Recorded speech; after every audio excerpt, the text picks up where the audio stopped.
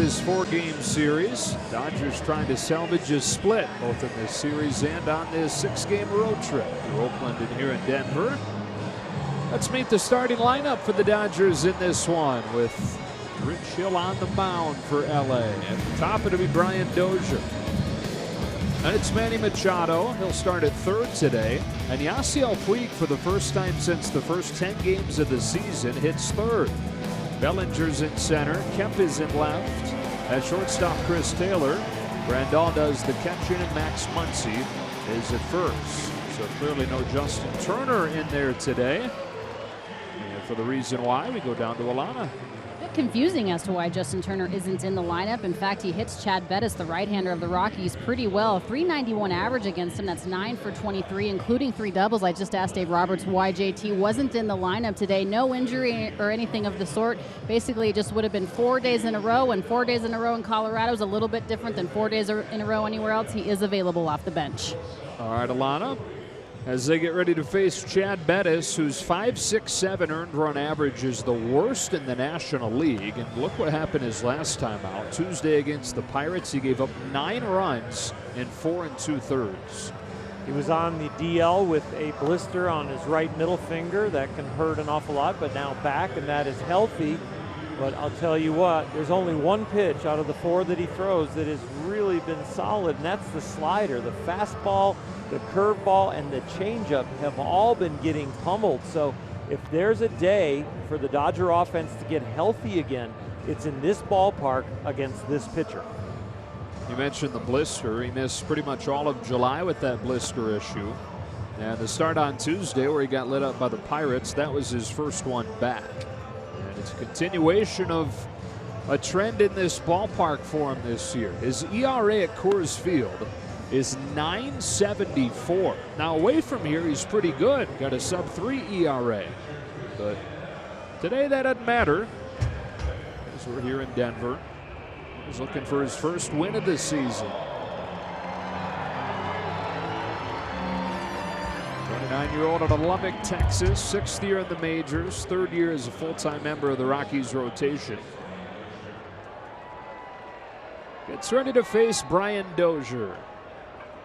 Dodgers 2-3 on this trip. 11-11 since the All-Star break. Off we go with strike one. The Rockies winning back-to-back games in late dramatic fashion with Ryan McMahon home runs against the Dodger bullpen on both Friday and Saturday. So back-to-back wins for the Rockies after they had dropped 7 of 9 to open the month.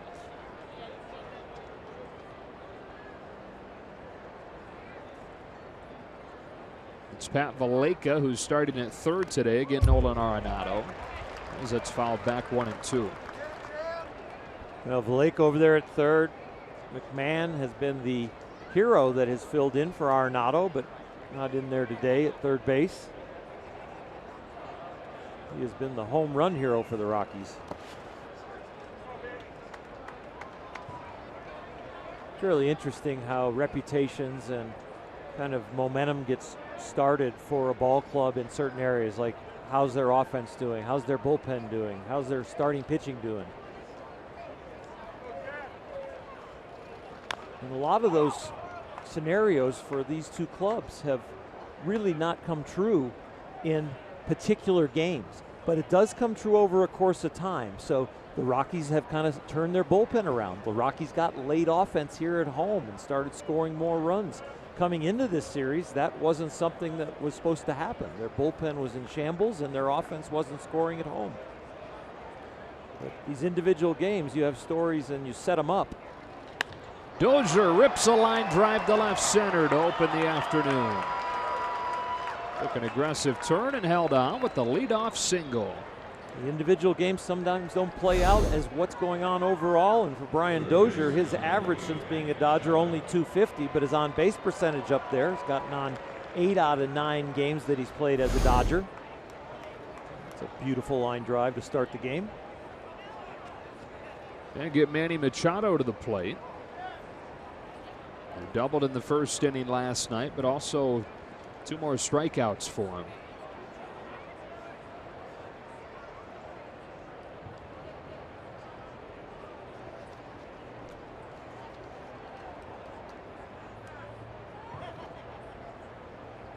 The first one to Machado, he swings and misses, and we were discussing the strikeouts last night. It was one of the things that was exceptional about his time with Baltimore this year.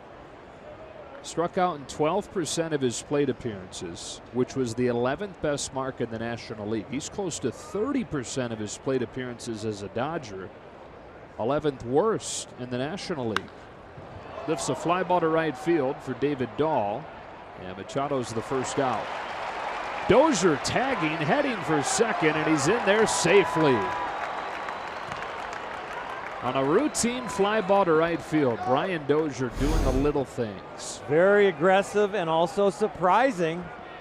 And they couldn't really say he's tagging, and verbally tell Dahl because he went back late and just kind of bounced off the bag. A Dodger dugout erupted as if somebody had hit a home run when they watched Dozier make that play.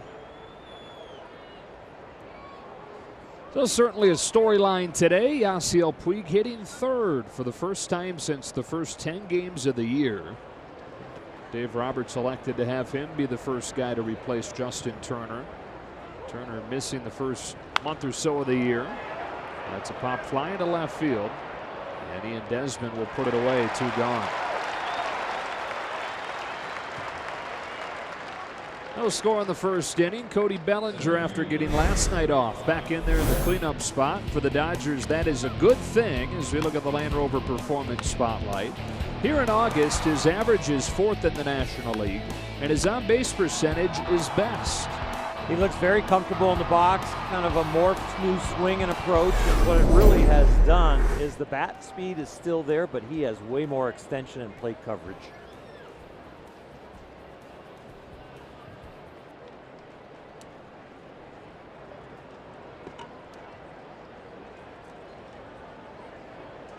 So Dozier at second and 2 gone. Bellinger grounds the first pitch that he sees to Ryan McMahon at first. And Chad Bettis, after giving up the leadoff single, needs just 4 pitches to get 3 outs.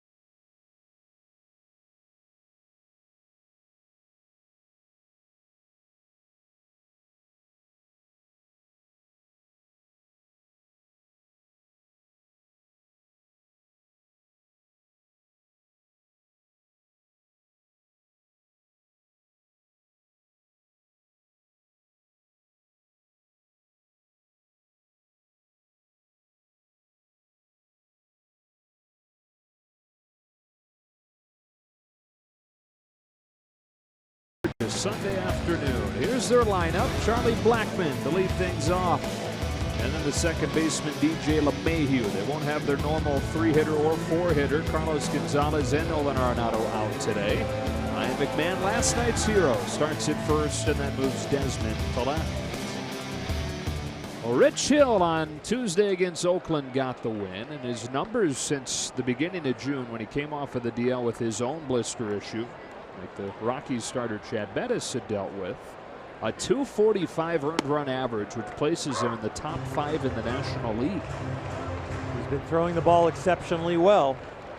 A couple of things he's done well all year, not just during this hot streak and when the blister has been healthy. He's with runners in scoring position all year, only 130. And his first innings, the one we're in right here, 14 innings pitched of the 14 starts in the first innings, only 4 runs. That's a 1.93 ERA, so he's used to getting off the hot starts. Here he comes with an 0-2 to Charlie Blackmon. He drops down and Blackmon shoots it foul. Charlie slumping 6 for 41 in August after he had a great July. Went to the All-Star game again. His third time at the All-Star game. And after he won a batting title last year, career season, the numbers have fallen off. OPS almost 200 points lower.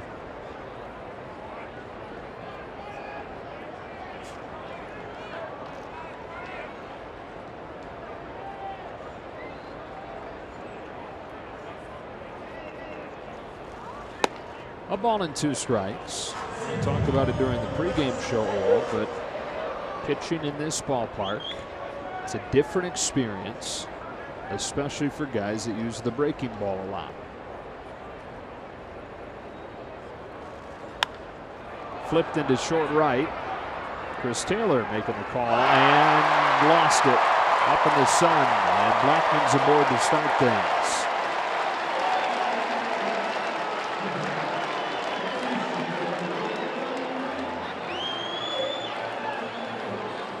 It's one of those days and one of those skies. It's glary.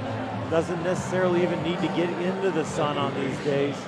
I would say that Chris is going to tell you he should have had it. Looks like he just lost it at the very end. Got the flip down sunglasses, but he didn't use them.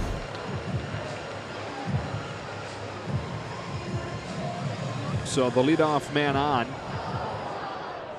And DJ LeMahieu to the plate.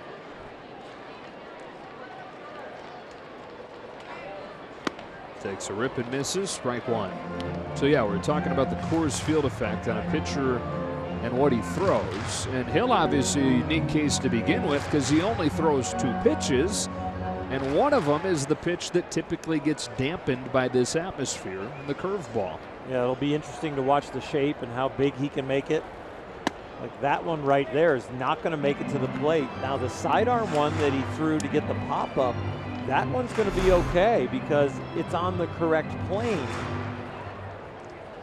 But it's going to be hard for the one that leaves his hand and goes up to make its way back to the strike zone. That one just barely does, but that doesn't have close to the same shape that it does normally.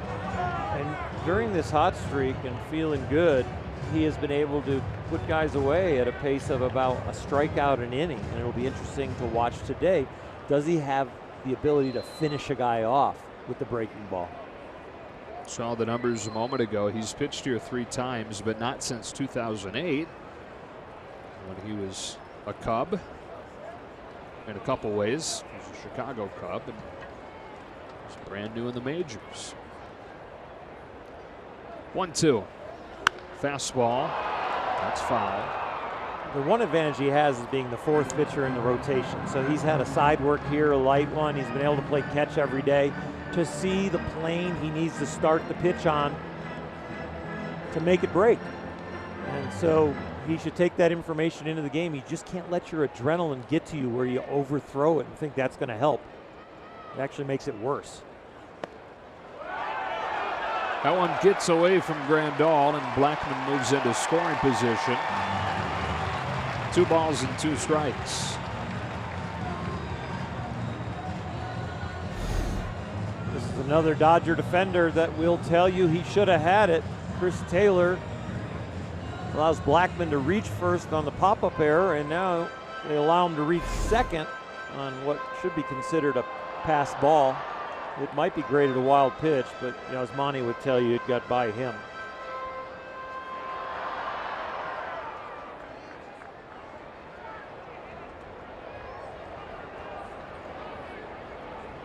So Blackmon at second, nobody out in this first inning. LeMahieu pokes a bouncer to first, that Muncy scoops up, and that advances Blackmon to third.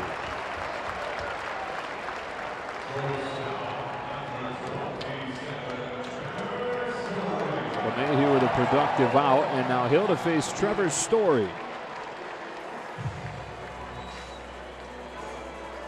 Had a double last night, 4th consecutive game with a double.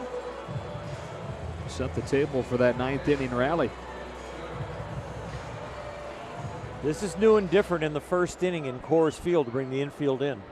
Normally just looking for outs in this ballpark.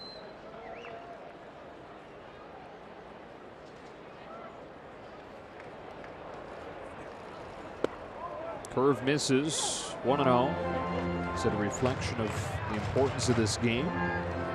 Importance of the game, maybe that the offense hasn't been producing, so every run has a little bit more value, even though you're in a very hitter-friendly park. That curve lands, 1-1.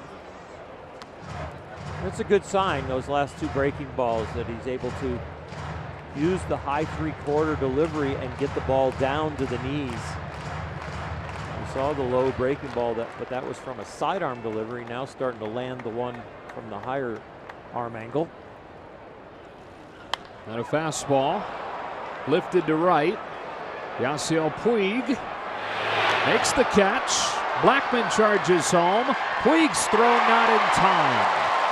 And the Rockies take advantage of the sloppy defense in this first inning, with the air allowing Blackman to reach, the pass ball allowing him to move into scoring position, and a couple of productive outs making it 1-0. One side doing the little things, the Dodger side not really executing here.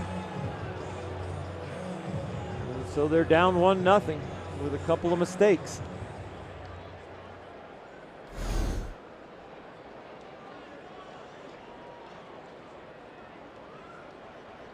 Base is empty, 2 gone. David Dahl taking strike 1, and his knees buckled on that curve. Dahl started in right field today, with Carlos Gonzalez getting the day off. Drops down and sweeps it in there, strike 2.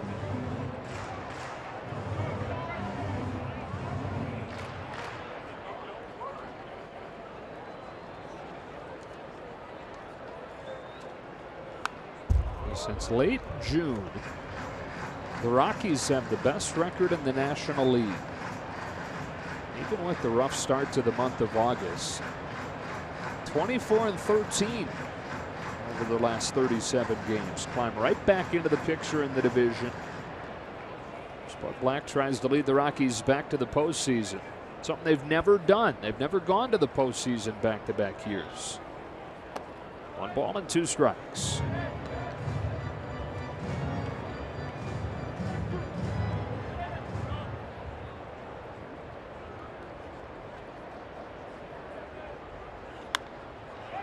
Able to clip this one in the air to short left. It's sunshine again, but this time Taylor has it spotted and makes the catch to finish the first. For the Rockies have a 1-0 lead.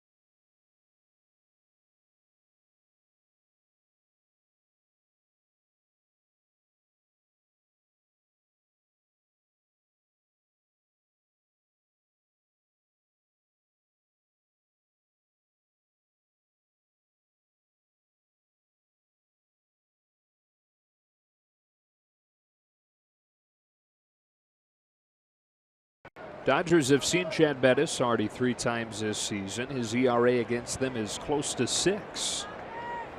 Trying to get the offense back in gear after they broke out in game 1. Not much the last 2 nights. Drops in a curve for a strike on Matt Kemp, leading off this second.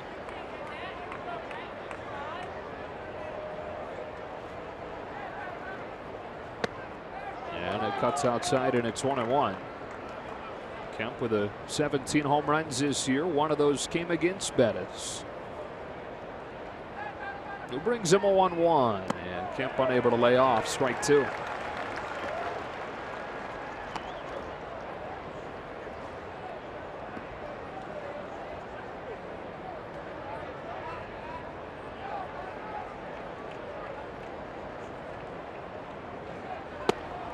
Two and two.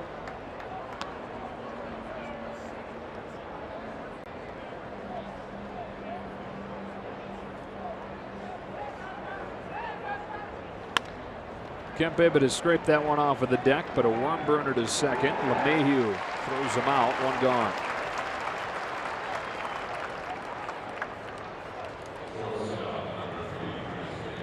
One away in the second, and we check in with Alana. Guys, Matt Kemp continues to be mired in a bit of a offensive slump here. Yesterday, when he was making his way to the field, he was joking with one of our camera crew saying, you know what, something's got to give. He goes, when we get back into Dodger Stadium, Manny Machado said he was going to get him some holy water. And he said he was going to sprinkle it all over him. He said something has to give to get him out of this. Strike 1 on Chris Taylor, and it has reached that time for Kemp. 3 for his last 48, where, you know, he'll do whatever it takes. Guy that was hotter than anybody in baseball for stretches during the first half. Just a reminder of how fickle things always are in this game, and why guys are so hesitant to ever be like outwardly cocky about how things are going, because they know how quickly that can happen. Taylor quickly retired. 2 out.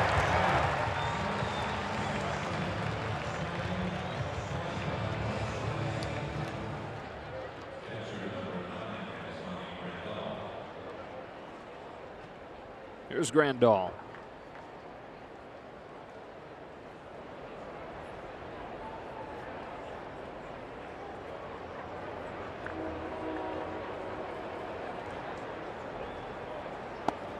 One and 0.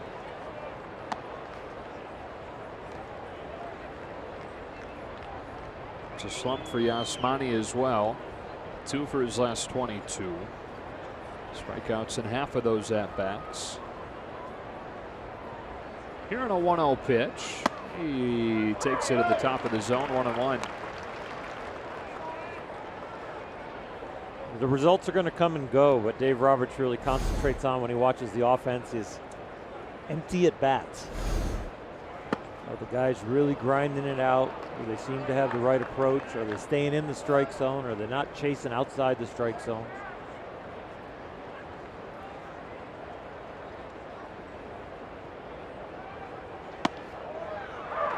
It's that high strike again. Grandal's taking mental notes on this for his own pitcher when he gets back down to his crouch.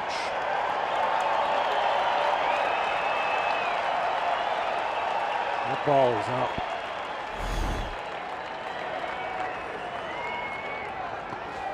Full count.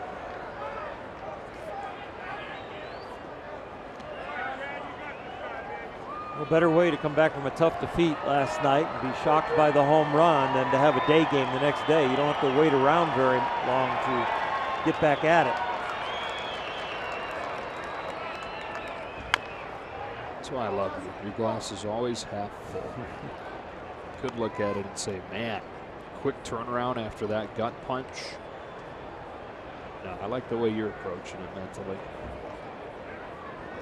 I can go into a downward spiral all by myself, so I got to keep my attitude the other way. Another payoff.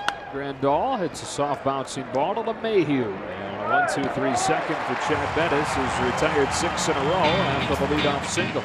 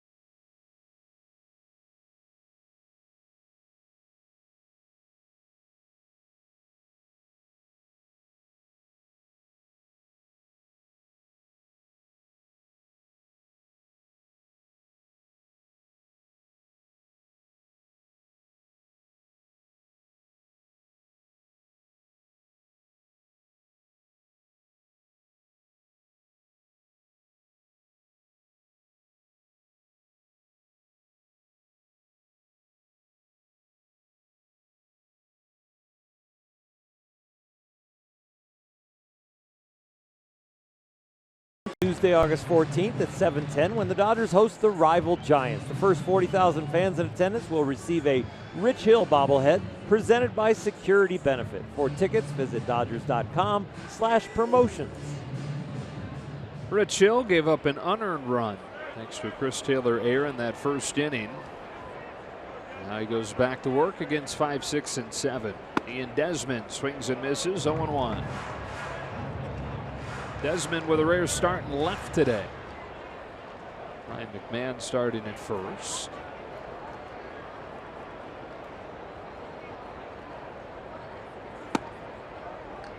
Back-to-back fastballs. 1 ball, 1 strike.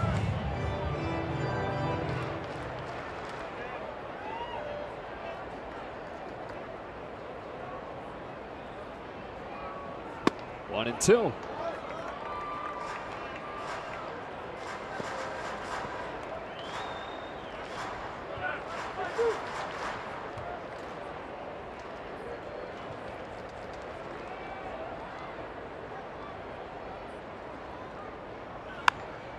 Sticks with the fastball. Desmond stays alive.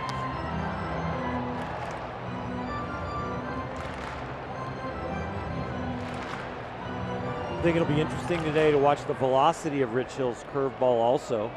He's already thrown one at 70 miles an hour and a couple at 74. Usually averages about 75, 76 miles an hour. It's in on him here. Muncy with a candy hop. Beats him to the bat.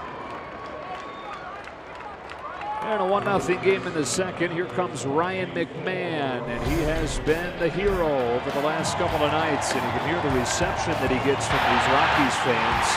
First player in franchise history, granted that's only 25 years, but the first player in franchise history with home runs in the 7th inning or later to win the game in back-to-back games.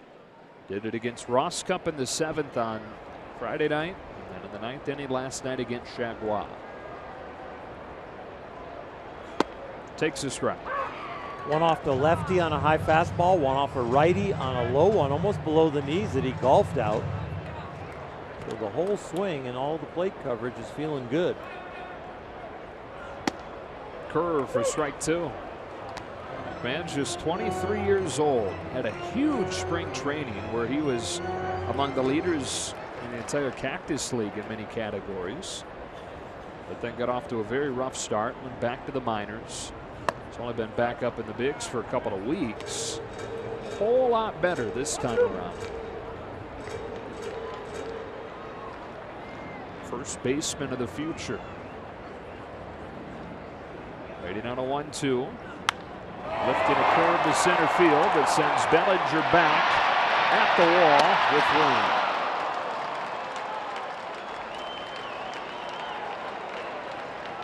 Wasn't off by that much. Boy, that ball was cooked out there. The sun through the center of the field is really wreaking havoc. Chris Taylor missed a pop-up in the first, and Cody Bellinger with an odd route to that ball. There's a little wind up there also moving it around. 2 up, 2 down in the second. The Rockies in front, 1-0.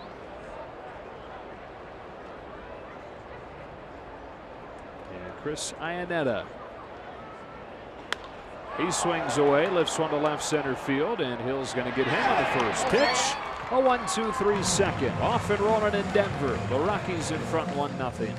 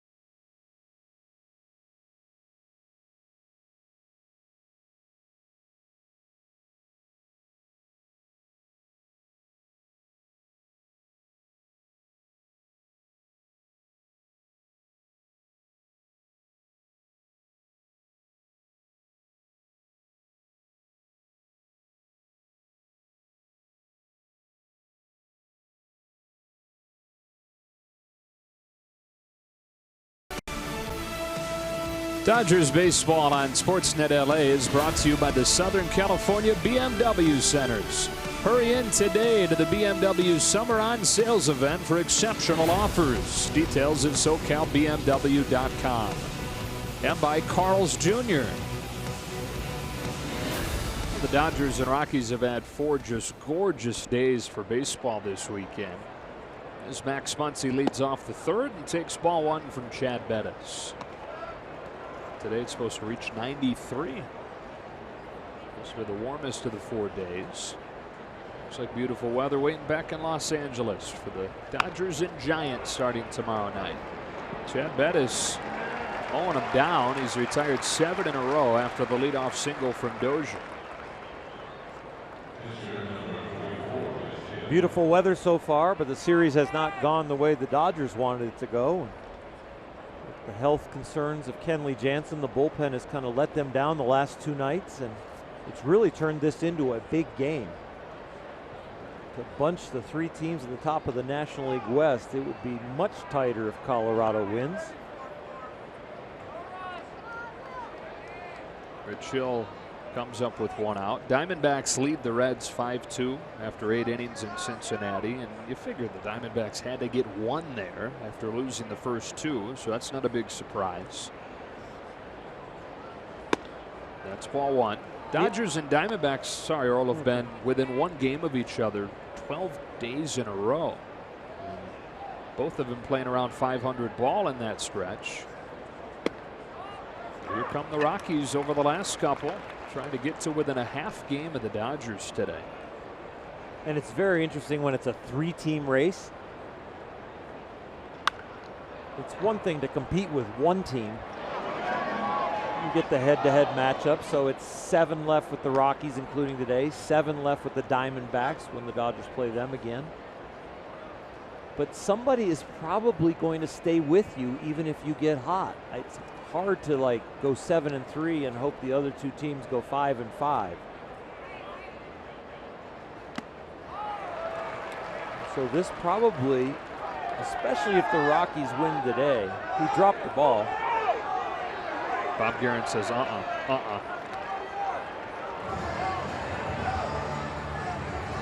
can't believe they're not, the umpires aren't talking about it. No, it wasn't when he pulled it out. No, he never even had it. Never was even in the glove. It's the top of the glove. No, it's not.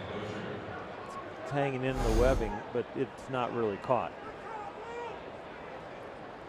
They say that fell out on the transfer, which the replay shows is not the case. So the 2nd K for Chad Bettis, and Brian Dozier is the only man to reach against him once through the order. The 3-horse race almost guarantees by the end of the year there's going to be 2 teams fighting it out still. You know what's great is you mentioned Dodgers and Rockies and Dodgers and Diamondbacks, 7 head-to-head meetings counting today. Well, the Rockies and the Diamondbacks also have 7 head-to-head meetings against one another. Ground ball left side. Diving play by Trevor Story. And another 1-2-3 inning for Chad Bettis.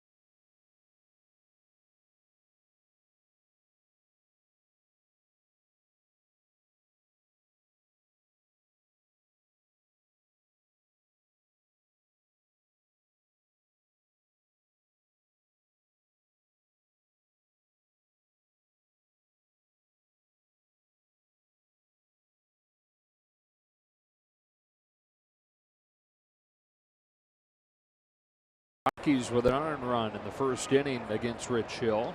Have a 1-0 lead. And Pat Valleca leading off this third and taking a strike. See on the graphic, went to UCLA after playing his high school ball at Hart High School. He's in an 0-2 hole.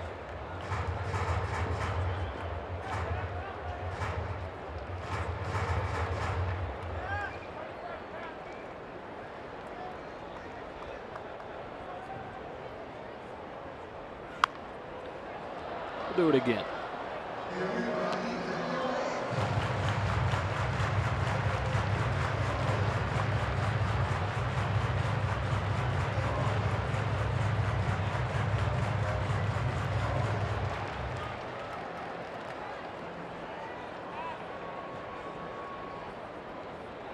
Hill to Valleca with an 0-2, and he fouls it back again. Valleca making the start at third today. If you happen to just be joining us, Nolan Arenado again. At least not in the starting role. Available off of the bench. He was out with a trainer about half an hour before game time today, just going through some drills to see how that shoulder was reacting before they put the lineup out. He went back in. A couple minutes later, the lineup was released and he wasn't in it. He didn't do much throwing in the drills, but he was doing a lot of footwork. And the footwork on balls to his left, balls in front of him, balls to his right, just so he could get his feet underneath him so that would protect the shoulder. He makes so many awkward throws and trusts his arm and doesn't worry about the lower half, getting the feet in the right position. So in some ways you'd say he's gotten a little lazy and trusted his arm completely. Well, that wear and tear of throwing those awkward throws has gotten to him a little bit. That was a double play from the first night of the series where he left the game following that. Or that was second night of the series, Friday night. They're trying to get some habits built in him to give that shoulder some support.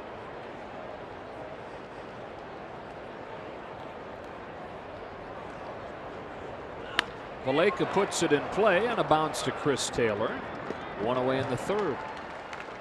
MLB at Bat is your #1 Dodgers app. Customize your experience to catch every moment this season. Get Dodger home screen icons, features such as MLB.TV Game of the Day, pitch tracking, in-game highlights, live radio broadcast, stats, news, and more. Download MLB at Bat today. 1-0 Rockies in the third. Chad Bettis, Rockies pitcher, stands in. Bettis, of course, a great story, and he beat testicular cancer. He was back on a major league mound just months after the diagnosis and the surgery. 1 ball, 1 strike. Elder statesman of this rotation, 29 years old, in his 6th year in the majors. Cuts and misses 1 and 2. Made his major league debut bouncing back and forth between the pen and the rotation in 2013, but full-time starter since 2015. There was some discussion that when he came back from the DL following that blister, they had been pitching so well without him. There was some discussion that they'd put him in the bullpen when he returned. And that discussion continued after he gave up 9 runs on Tuesday. He looks at strike 3. The way he's been pitching so far in this one, making a pretty good case to stay in the rotation. Rich Hill thought that was the second out. He's in the zone. He's in the zone, Joe. He was locked in, strike 3, walking off the mound. I would argue that that's the opposite of being in the zone. Well, if you're walking you know, off on the second out. It's his first K. The only guy to get on was a drop pop-up. He'd probably already registered that as an out. Right. Well, I was afraid when they went to throw the ball around the infield that he was going to get it in the coconut. Ball's going to third first. Little dribbler that's foul. Charlie Blackmon, who scored the run for the Rockies in that first inning after reaching on a Chris Taylor error. Lost a pop-up right at the last moment. Blackmon then took second on a pass ball. Advanced to third on a ground out, scored on a sacrifice fly.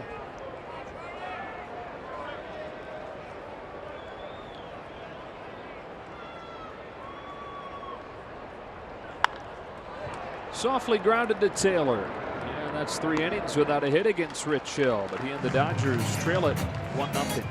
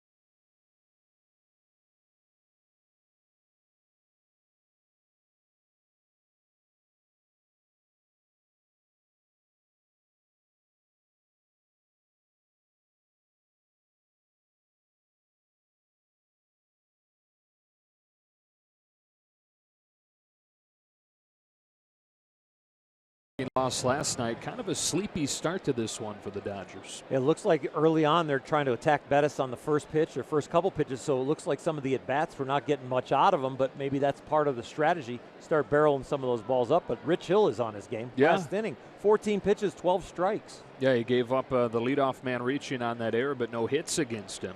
Chad Bettis has been just as good. Guy that came in with the highest earned run average in the National League. Faces Manny Machado to open the fourth and delivers a strike. Ryan Dozier started the game with a single against Bettis, but he's since retired 9 in a row. 1 ball, 1 strike on Machado. Well, the key with getting Bettis is to force him to pitch in the strike zone. If he gets you starting to wander away from the strike zone as a veteran, savvy veteran, he won't throw you strikes. Rolled to third for Valleca. Shot of the first out of the fourth. He says that he used to, like a lot of guys, try to overpower everyone. Throw mid-90s when he was a rookie. Doesn't have that same kind of velocity now. And in his words, he says now he would much rather play chess. One gone for Puig.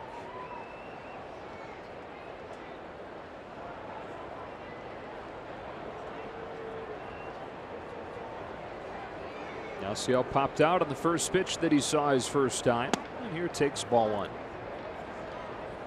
The stretching he was doing prior to this first pitch, I was like automatic take. He did not look like he was engaging, and still might not even do it here.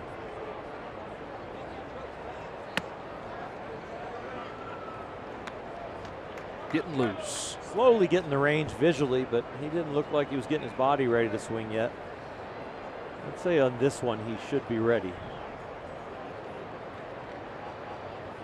The hitters count. Here's a 2-0. Chopper. That gets through. Yasiel Puig aboard with 1 out here in the fourth, snapping a string of 10 in a row retired by Bettis.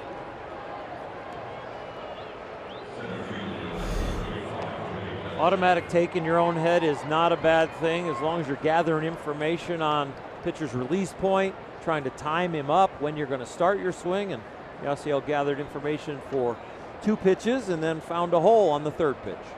It is ruled a base hit. And it brings up Cody Bellinger, who, like Puig, made an out on the first pitch that he saw.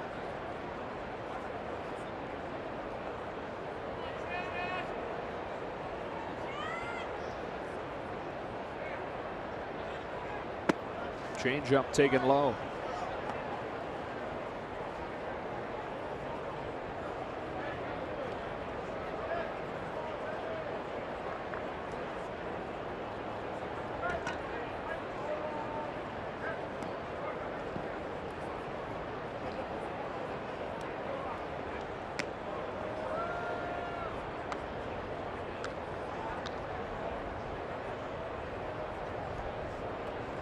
So far, Bettis looks like he's got all 4 of his pitches in this slump that he's had the last 8 starts. The curveball's gotten pounded to almost a 400 average. Fastball about 350. The changeup just over 300. Bellinger, line drive, base hit, center field. Back-to-back hits here in the 4th. First and second with 1 out.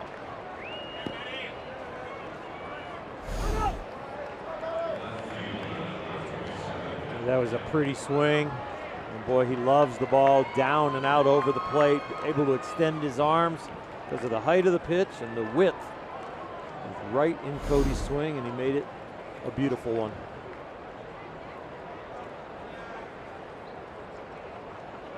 So an opportunity here for Kemp, who grounded out to second his first time.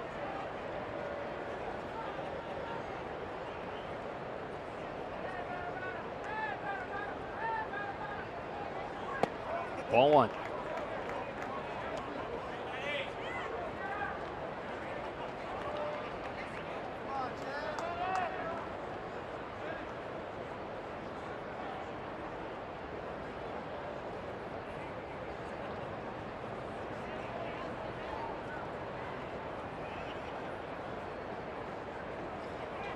Left over the plate and popped up.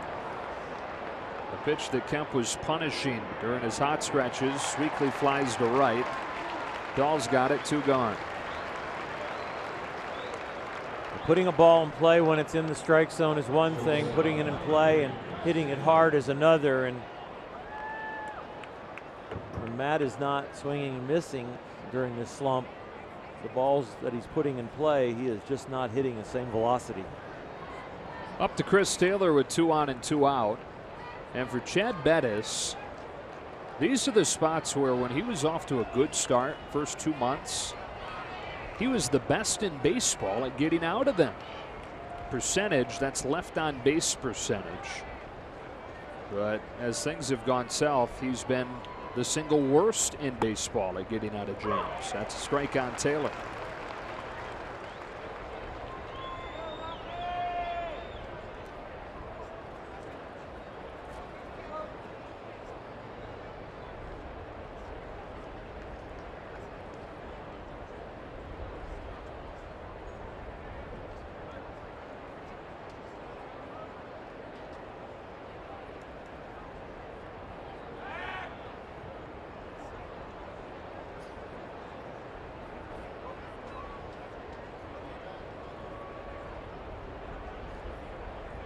Producing with runners in scoring position has been an Achilles heel for both of these teams.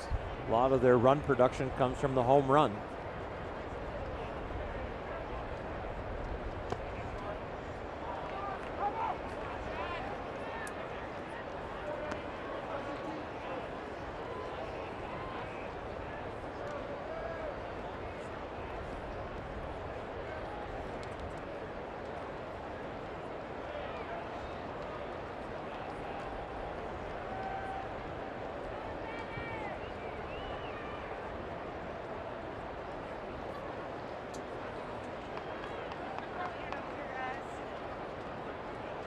Here's the 1-1. Taylor pops it into center. Charlie Blackmon getting over. To the bottom of the 4th. The Rockies 1, the Dodgers nothing.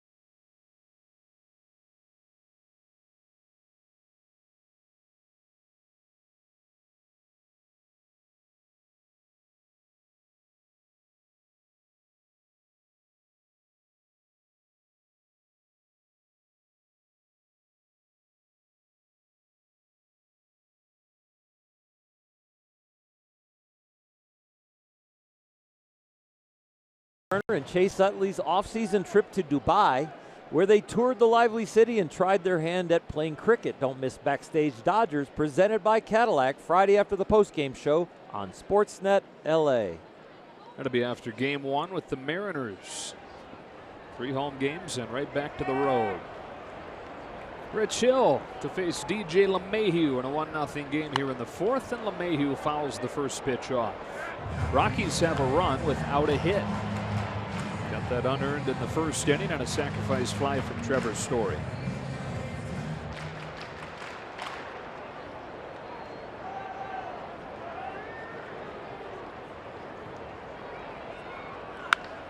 Shot to right. That sends Puig back over his head, off of the base of the wall. LeMahieu with the leadoff double.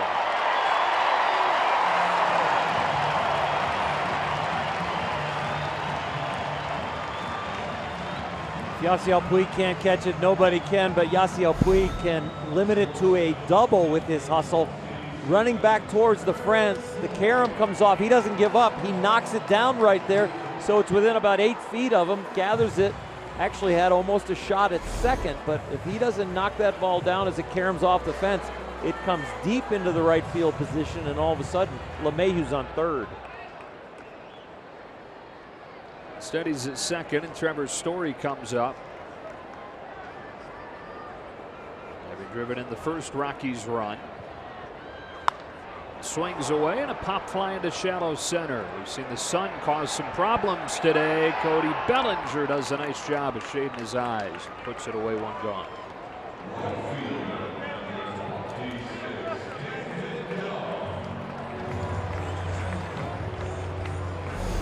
It's a battle out there. 3 guys trying to track the ball. 1 finds it.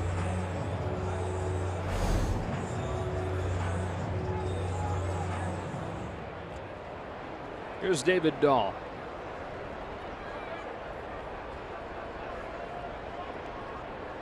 First pitch curve, banged into right center for a base hit. LeMahieu sent home. Puig's up with it. His throw ricochets off of the glove and LeMahieu. And Dahl stops at second. Rich Hill goes and tracks the ball down.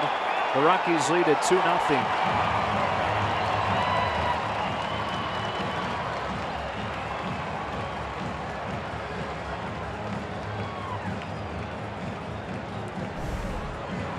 Take a look at Carl's cam on this base hit. I'll tell you what, it was a close play at home. Yasiel Puig having to come around the ball, those few extra steps.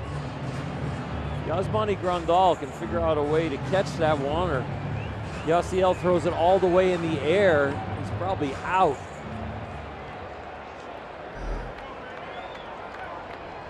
So an RBI single for Dahl, who moves to second on what is ruled a throwing error on Puig. Moves towards this one. 2 gone. Dahl headed for third. Here's the throw. It got him. Yasiel Puig has done it again. This was the perfect hop. The one at home was a little short for Grandal. But Yasiel comes right back and nails him, takes him out of the inning.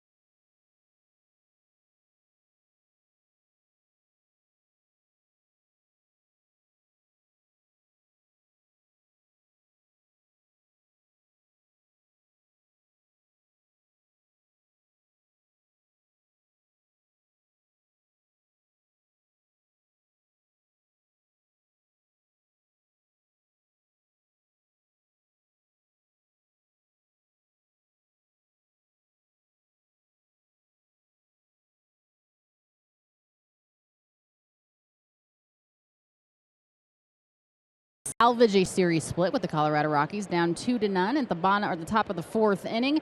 We're get to go home for a very quick homestand. It's time to look ahead. Brought to you by Wells Fargo. A couple of really fun promotions during the Giant Series, guys. On Tuesday, it's Rich Hill bobblehead night. On Wednesday, it's LeBron night, aka Lakers night, against the Giants. And then Players Weekend is coming up, August 24th through the 26th. Everybody getting to wear a nickname on the back of their jerseys, get to wear some unique equipment.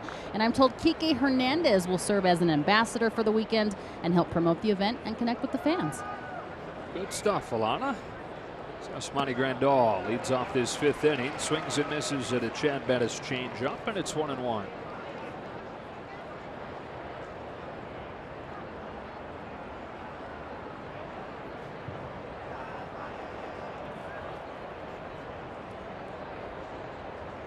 That cuts inside, ball 2. Dodger offense, which exploded for 8 runs, most of them in the late innings on Thursday night. Only 6 runs over the last 2.5 games now. Grandal shoots a fly ball to left center field that Charlie Blackmon runs down. One away. Today's StatCast AI, powered by AWS, shows us Yasiel Puig's throw. And Yasiel Puig, you talk about his accuracy. Look at the arm strength. People want to see him on the mound someday. The best average fastball coming out of the Dodger bullpen is Pedro Baez at 95.7. No, excuse me, that's out of the bullpen. On the mound would be Walker Buehler at 97.5. Yasiel Puig surpassed that with that throw from right field. Muncy, strike 1.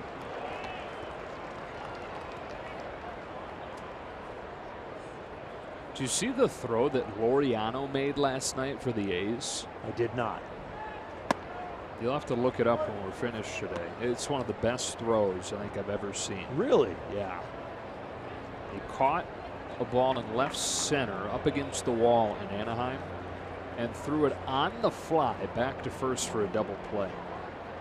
Wow. On the fly was the on part. The fly, yeah. It's like the asterisk. 2-1.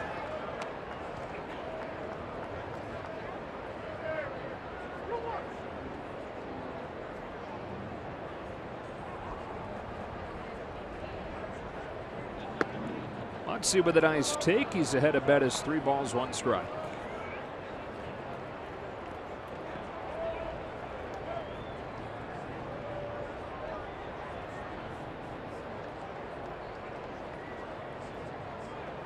He's got a walk.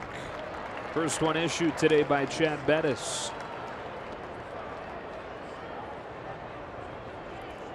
We had a chance to have a real easy inning with Rich Hill going to be the 3rd hitter, but the walk there then now sets it up for the Dodgers and the sacrifice bunt.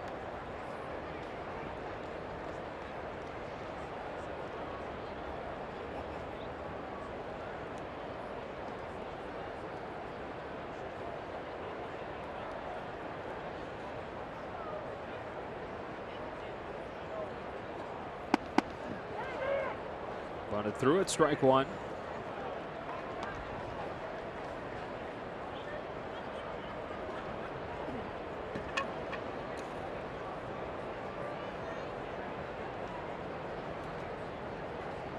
The defense they're employing, Rich Hill can make a really hard bunt at the shortstop.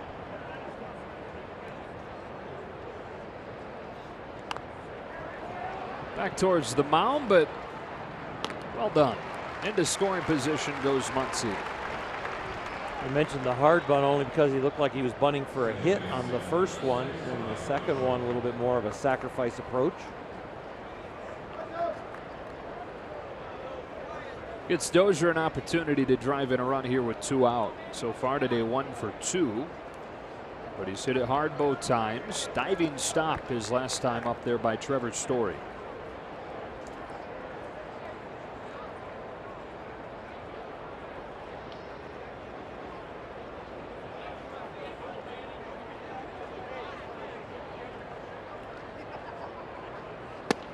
Down and away, ball 1.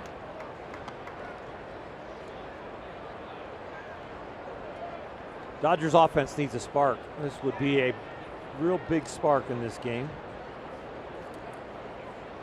The longer that zero's up there, the heavier it gets.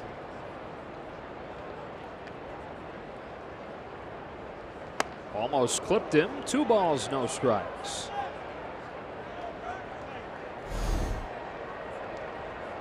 We've seen this a few times when a pitcher looks a little out of sorts, or the count or strategic information needs to be implied. Chris Iannetta has just got a very good feel for this staff, and he tries to cut things off at the pass when he feels like it's spiraling out of control. Bettis was called a slider. It ended up being a backup one. It almost hits it, which there's too much effort in that pitch, or not enough concentration on what we're really trying to do, and he tries to bring the guy back in focus. And it's been an important thing for them to have a leader like him as a catcher with how young their pitching staff is. Bettis really the exception to that at 29. Trying to get back in the zone. His 2-0 is a little bit outside. He had exceptional control over the first 4+ innings, but he's missed now with 7 of his last 8 pitches.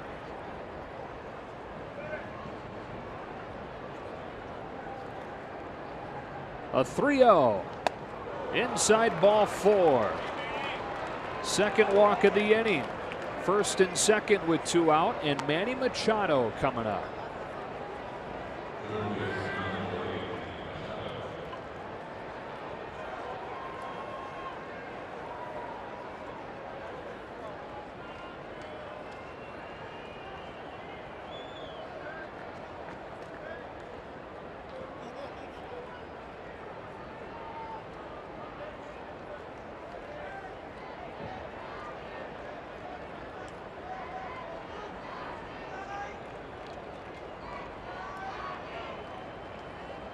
Ball 1. He's defaulting to that slider right now, which is the only pitch through this slump of Bettis that has been hit below 300. It's around 250. Manny Machado is very good at hitting the breaking ball. He gets it up a little bit. His swing stays in the zone a long time, and it's powerful. Cut that one away from the barrel. 1-1. It's a pitcher's pitch and a 1-0 count, just right on the edge.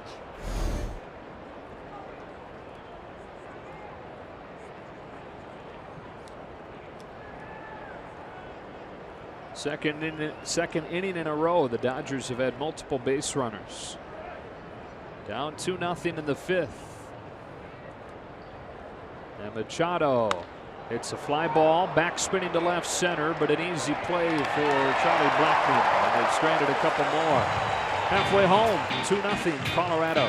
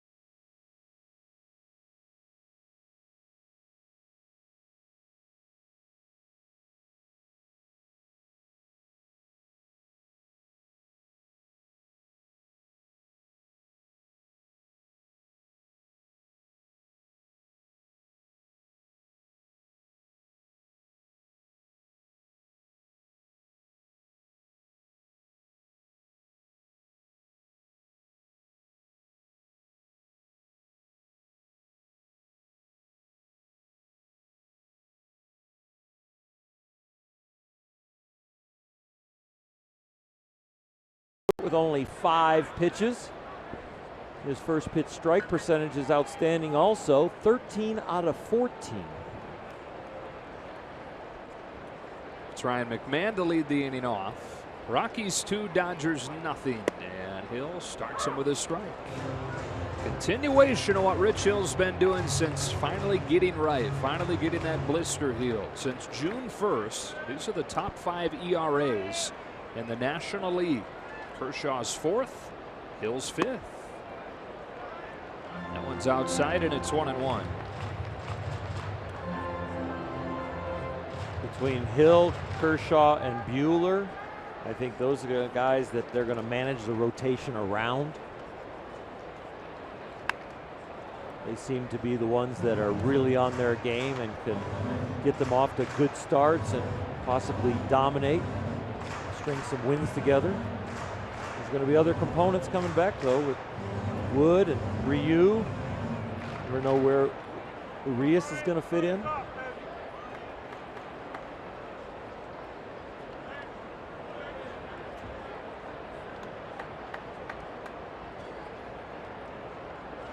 Two and 2 on McMahon. They've got Kenta Maeda available to come out of the pen now, beginning on Wednesday. Ross Stripling on Tuesday. Dave Roberts saying before the game that'll be a temporary thing. Good chance he's back in the rotation at some point. Julio Urias is headed to Double-A. They'll pitch 3 innings there, and then they'll reevaluate. But the bullpen gets a whole lot better with these 2 guys moving there.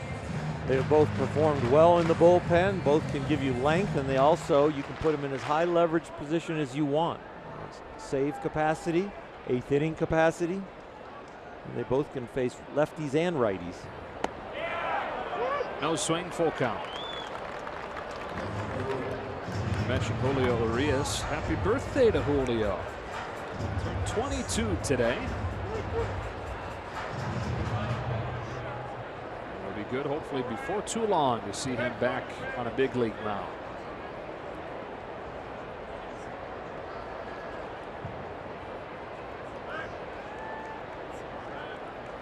Rich Hill, very similar story to last year. Getting through those blister issues and then putting up great numbers. All able to hold on to it, and it stays at 3-2. You know, Hill last year, over the final 3.5 months, had the single best earned run average in the NL.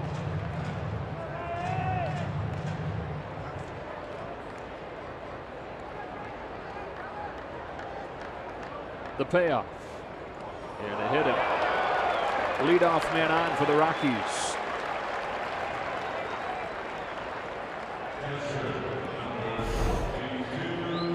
That can happen at any time.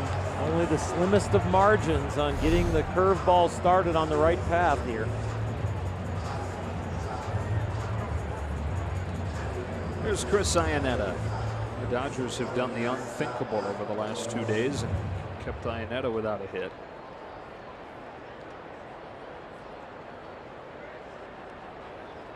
Five hits over the first 2 games of the series for a guy who on the season is at .225.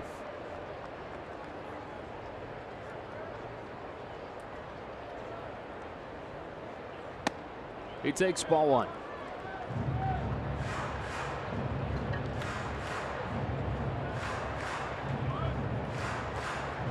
He's swinging it. He's an ambush hitter, and he tried to ambush a fastball in his last at bat. 1-1.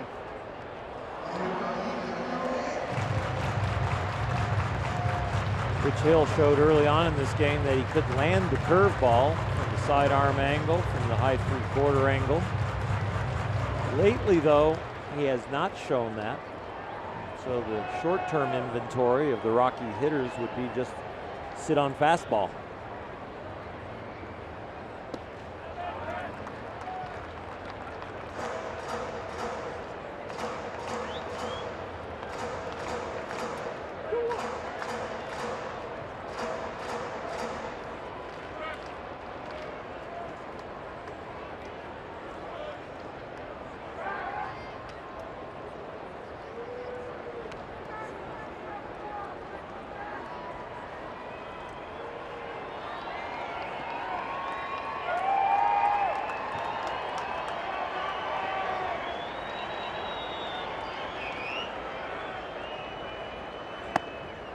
Ball 3.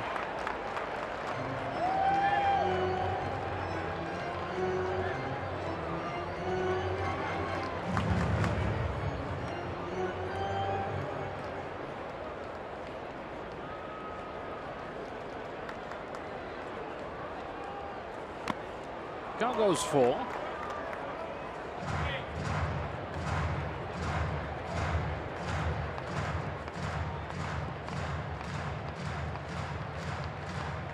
Rich Hill had 10 Ks against these Rockies when he faced him at Dodger Stadium in late June.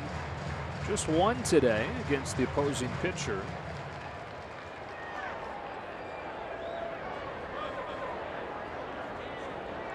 With McMahon at first and nobody out. Hill to Iannetta with a 3-2, and a curve is popped up on the left field line to the seats. You mentioned the 1K, and we talked about at the beginning of the game. Is the breaking ball going to be sharp enough at this altitude to put people away? I think right now Rich is just trying to figure out ways to land it.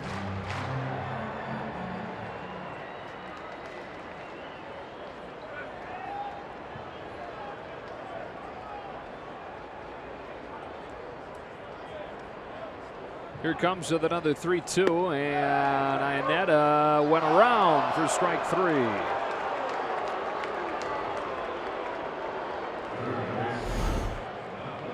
Back-to-back curveballs, one foul ball, one half swing, graded a strike. Second K for Hill, one away in the 5th inning, and up comes Pat Malaika.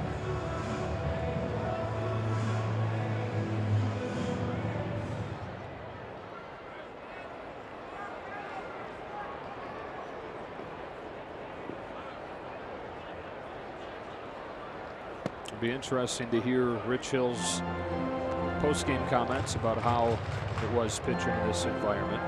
One of the things about Rich, and this was detailed very well by Pedro Mora after his last start on The Athletic, Rich is always very honest in his self-assessment.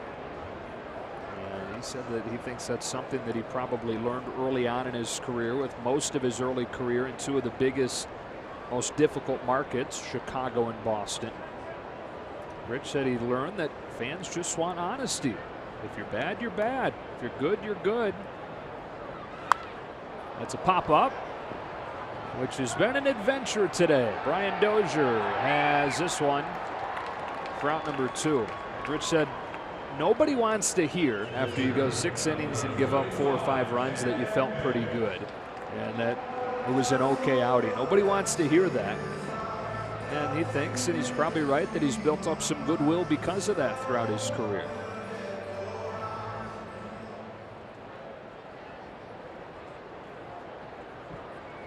Here's Bettis. Strike 1. You'll hear out of some pitchers, well, I had really good stuff today, but you got bombed. He goes, they never do the follow-up, like, my location was terrible. Admit it, you know, admit I made mistakes in hitters counts. I got behind too many hitters, all that kind of stuff. You're right, that honesty, I think it will build you some equity with the fan base. Rich said you don't have to go out there and defend your ability. Everyone knows you have the ability. Just be honest about the results. I love the attitude. I think the more the fans get to know the players personally and how they think and how they function, the closer they are to the game, and I think the more they enjoy the game. 2-2 on Bettis.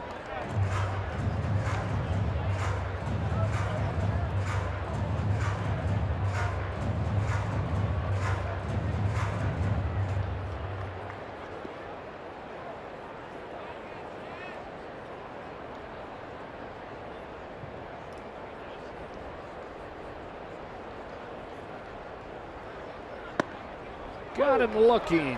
Couple of Ks in the inning for Rich Hill, who's been sharp today. He hopes the offense can find its stride.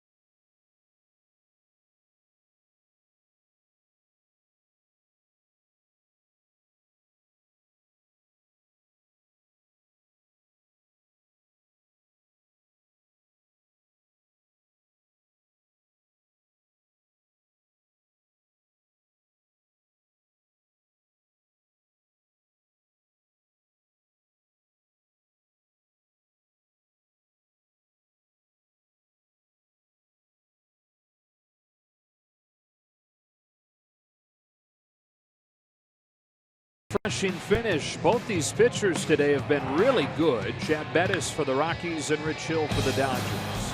They come in and Bettis has been really cold. Rich Hill has been very hot, but Bettis has stayed right with him and has the lead. Rich Hill has learned to negotiate through the Rockies lineup. Yeah, they've touched him up for 1 earned run, but he has thrown the ball very well. There's the lines for the two pitchers.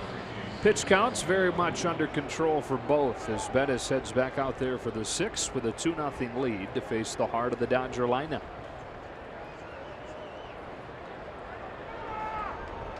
Dodger blue cotton candy, which we've learned way more about this weekend than I think anybody ever cared to.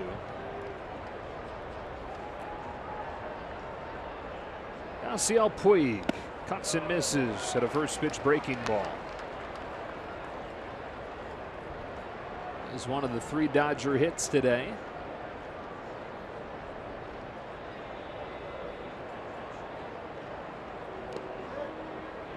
Ball 1 strike.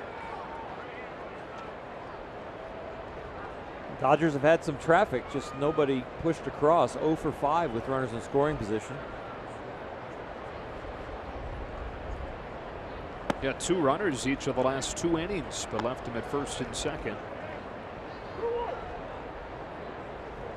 Bettis doing what he was doing over the first 2 months, and that is anytime there was a jam, finding a way to get out of it. A new gyration right there on how to take a pitch. Raise your back leg. Okay. What did we have? 2 yesterday. We had the squat and the pirouette. This is a new one. Yep. And then a little shimmy shake with the hips as he takes ball 4. The 3rd Bettis walk. The leadoff man on for the Dodgers in the 6th. And Cody Bellinger coming up. He's going to dislocate something. How'd you get hurt, Yasiel? Well, I took a pitch, got a walk, did a little shimmy shake, tweaked my hip. Yeah.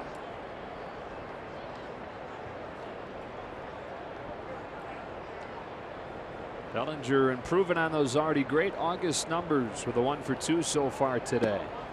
Watches that change the whole way. 1 ball, no strikes. At a game-tying home run on Thursday night. Representing the tying run here in the 6th. Against a guy in Bettis who's given up 17 home runs in 100 innings this year.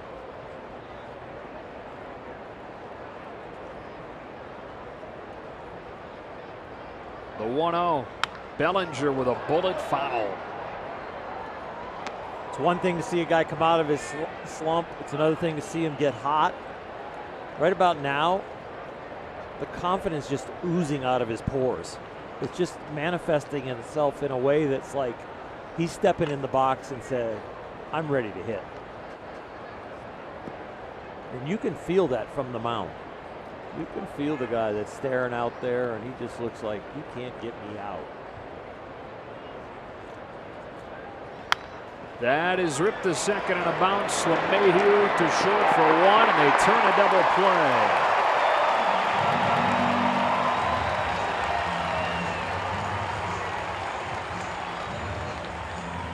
The only way you get Cody Bellinger on a ground ball to double him up is if he hits a rocket, because he can fly down the line from the left side. They do get him by a step or a quarter of a step. Very nice exchange there by the Rockies.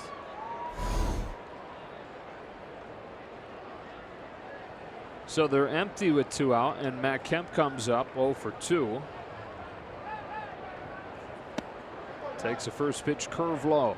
Who are the guys? Is there 1 or 2 that popped to mind as far as presence that intimidated you when they stepped in the box against you? Andre Dawson.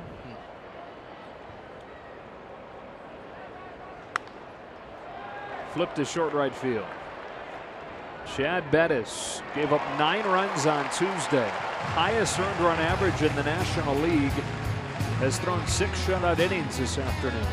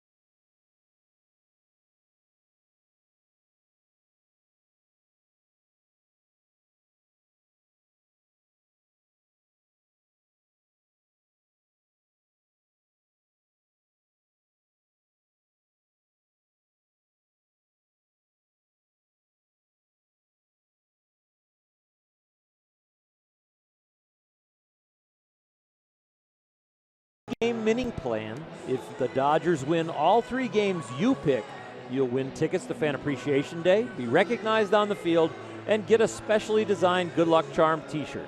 Visit Dodgers.com/mini-plans. Top of the Rockies order. Here's Charlie Blackmon to lead off the 6th. Colorado getting single runs in the 1st and in the 4th against Rich Hill.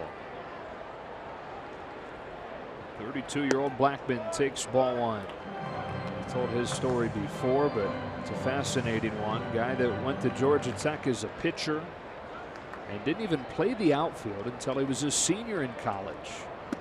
That breaking ball is in for a strike, 1-1. Started his college career out with 2 years of junior college ball as a pitcher, and then pitched in just 1 game his first year at Georgia Tech because he had nagging arm problems. That's outside ball 2. Rarely traveled with the team. Instead, Charlie would go by himself into the batting cages with a bucket of balls and just pitch to a target that was painted on a screen. It's about the extent of his action his first year at Georgia Tech. 2-2. So that following summer, Charlie goes to a collegiate summer league and fibbed to the coach, telling him that he was a two-way player, even though he hadn't played outfield in years. Said he was willing to do anything at that point. Just missed playing the game, missed actually being in games. Takes it outside. He's worked it full. First intra-squad game, so they finally give him an opportunity to play the outfield there. First at bat comes against the team's ace. He gets ahead in the count, cuts it loose, and crushes a home run.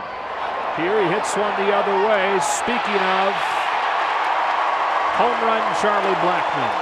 3-0 Rockies.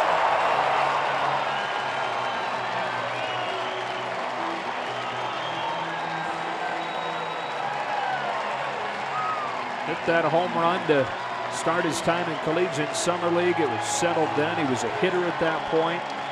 Summer league coach called his coach at Georgia Tech and said, look, you've got something here. Charlie Blackmon as an outfielder. 1 year later, he was his 2nd round pick as an outfielder. And now he's Arco top tier play of the game to put the Rockies up 3-0, just clearing that left field wall.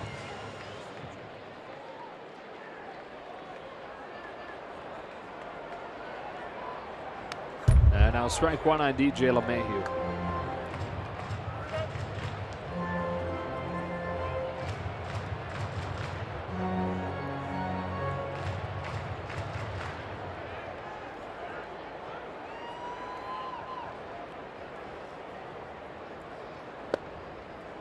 Strike 2, very generous inside corner.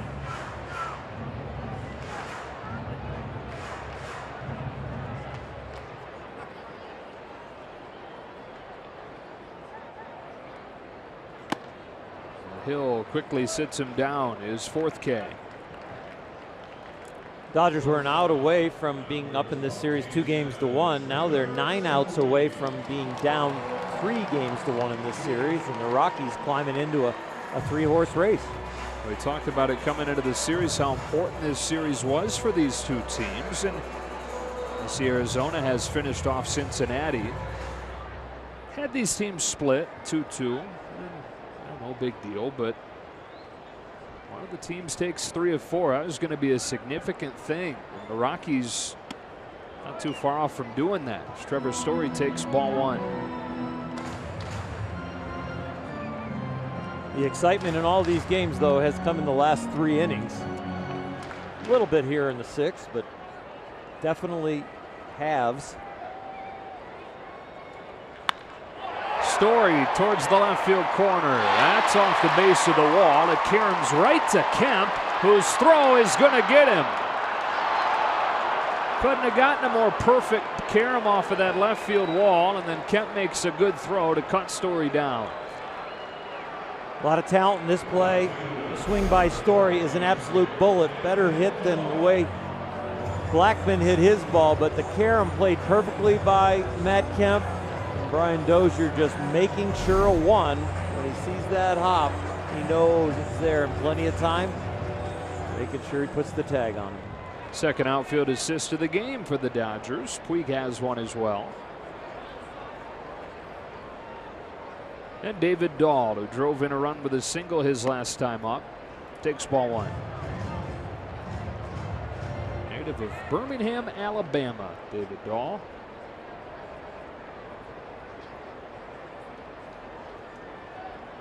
Reached the majors when he was 23. Always has been ahead of the curve, though. He played on a team for 10 and 11-year-olds when he was 7 growing up. Dunked a basketball when he was in 8th grade. And you know what they called him in football? Water Boy. After Adam Sandler's character.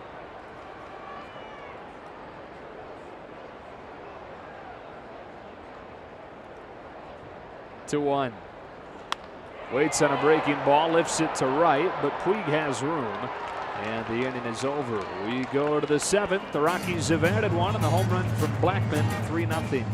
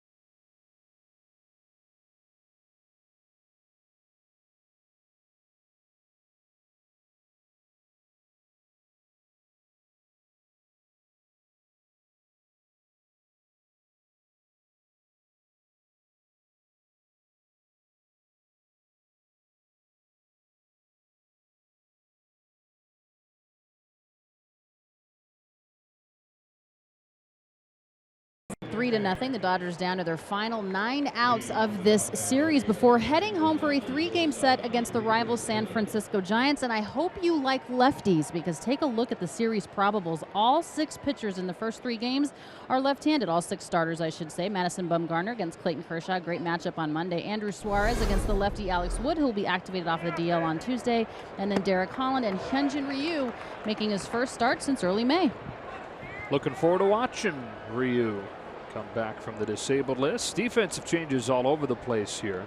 Parra's in the game and left. That slid Desmond to first, and McMahon across the diamond to third. Play 0-2 on Taylor. As Chad Bettis rolls into the 7th, having given up 9 runs, and there's Hyunjin. 9 runs his last time out. 6 shutout innings in this one.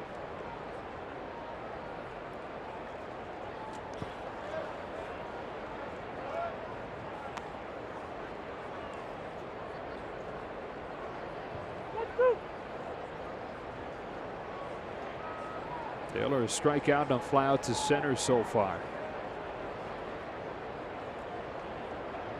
Bettis dealing the 1-2 pitch, and Taylor swinging and missing for strike 3.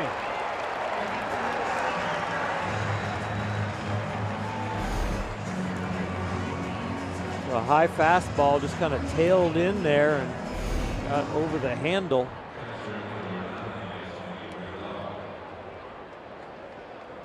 Bettis has done a nice job mixing his stuff up today. Predominantly the slider when he was in jams, but then to start off innings after that, he was using the curveball to mix that in. Delivers ball 1 to Grandal.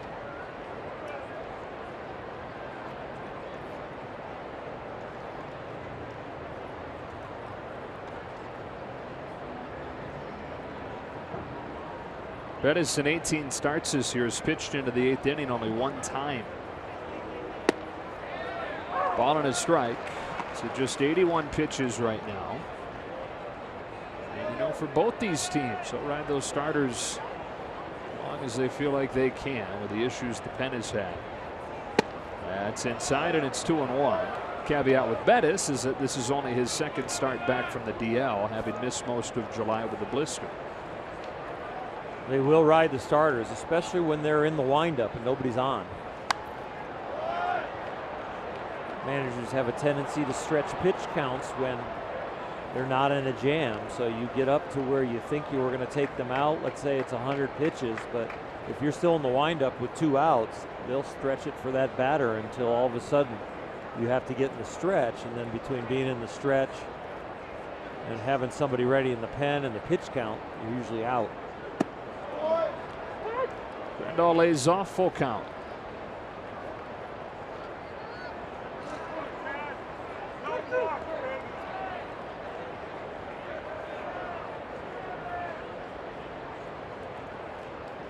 Bettis home with a 3-2, and Grandal takes ball 4.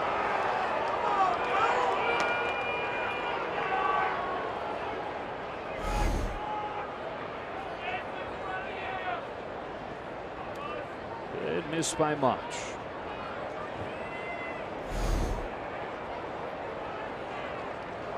And it looks like that is going to do it for Bettis as Bud Black comes out with Max Muncy ready to hit.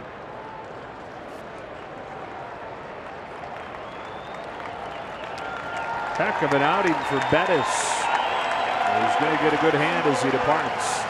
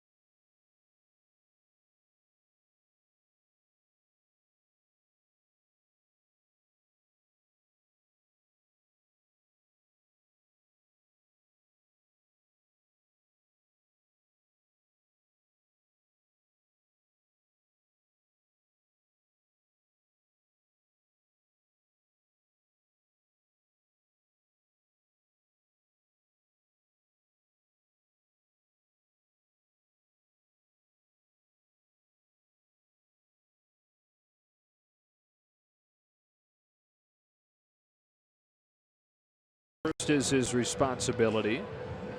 Who's in, who's out, brought to you by In and Out. As Bettis leaves, Jake McGee comes on, trying to build off a really impressive outing the other night.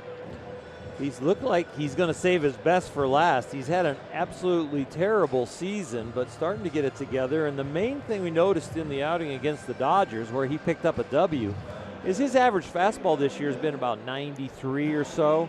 Well, he was pumping it in there, 96, 97, right from the first pitch. So maybe a little less concentration on location and a little bit more on velocity. That normally doesn't work, but it sure worked for him. Thanks to a recommendation from Bud Black. Said start cutting it loose, big fella. And he did, to good results. Muncy's the hitter. And Dave Roberts has put Justin Turner into the on-deck circle in the pitcher's spot.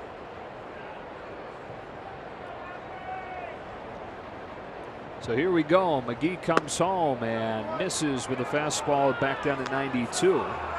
1-0.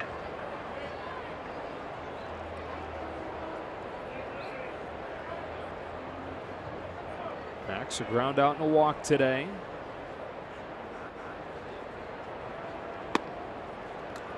This one caught the corner, 1-1. 2 home runs and 2 doubles in this series for Muncy.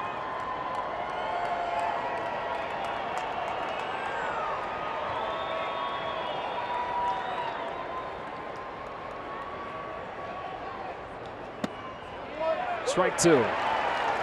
92, 93, 95.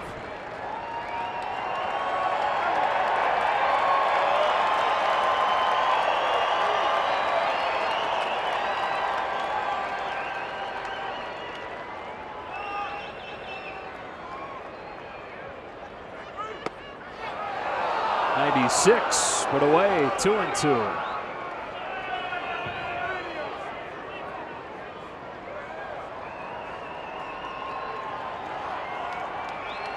Muncy trying to make Turner represent the tying run.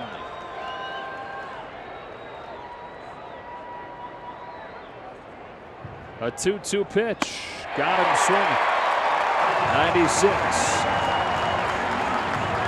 Left on left, but all heaters. Didn't really go to a breaking ball. He just changed speeds up the whole at bat.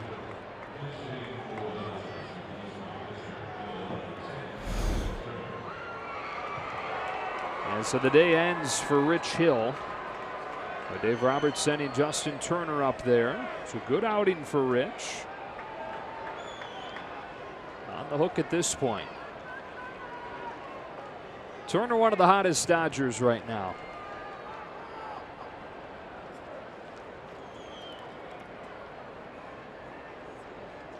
Swings away and hits it foul.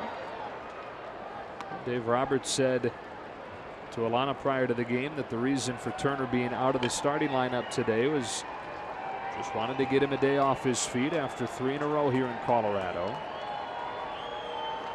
Day game after night game. And in an atmosphere where it's typically a little harder on the body.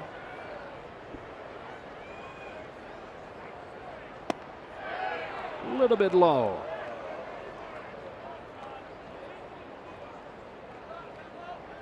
But it was 97, so he is staying amped up.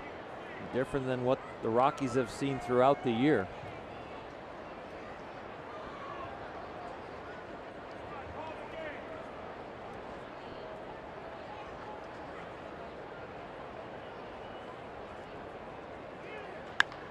Poke past first and down the line. Justin Turner, extra bases into the corner. They hold Grandal at third on a double from Turner. And the Dodgers with an opportunity here in the 7th as Turner comes through again. This is a special piece of hitting. Justin Turner just so smooth, just letting the pitch give the power and just dropping the barrel on it, not trying to do too much with it. Elevating the ball to right field on a line drive on that pitch. It is beautiful swing. Bub Black's going to go to another reliever. The right-handed batting Brian Dozier, significantly better against left-handed pitching.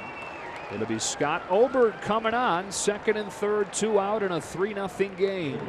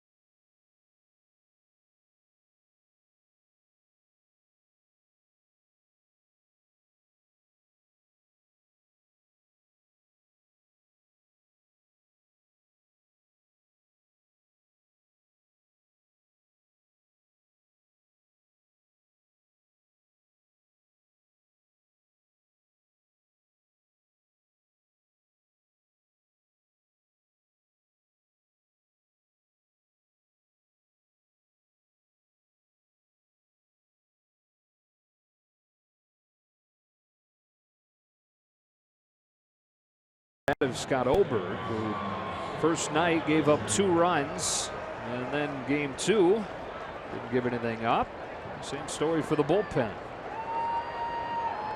The bullpen is a unit made up of a lot of different pieces, and each piece can make it either easier or harder on the next guy's role. And Bud Black is trying to negotiate through some landmines that have been out there most of the year, but now is starting to get it together. It's Brian Dozier, 2 on and 2 out, taking strike 1. Dozier's reached twice today. Single and a walk. Dodgers with base runners in 4 consecutive innings, still trying to crack through. Taken low, 1 ball, 1 strike.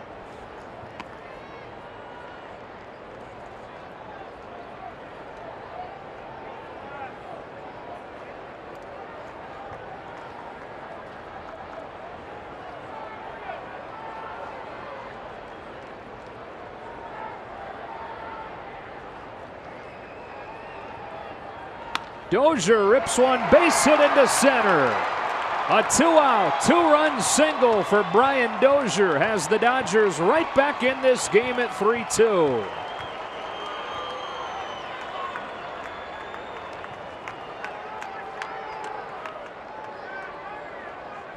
Dozier having another big day in a Dodger uniform. A couple of hits and a walk, a ground ball to short that is his only out, and boy did he scorch that ball through the hole.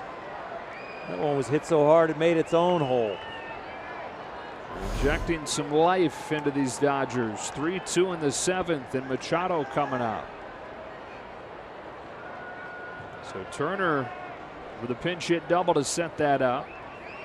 Dozier cashes in, and Machado looking for his first hit this afternoon, representing the go-ahead run. Oberg delivers, and Machado takes ball 1.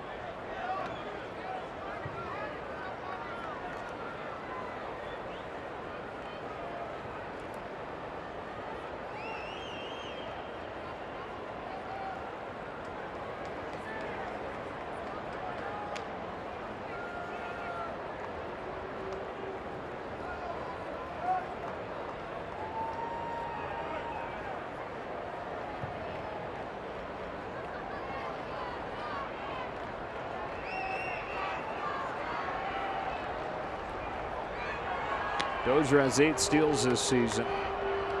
We're being extra careful how aggressive the Dodgers have been in this series, and with Dozier representing the tying run.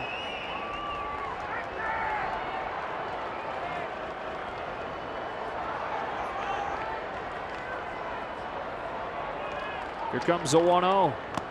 Machado swings through it, 1-1.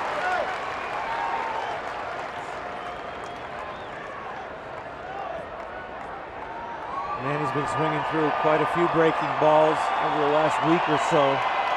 His approach looks a little pull conscious to me. Trying to use more of the middle of the field or right center to stay on it a little longer.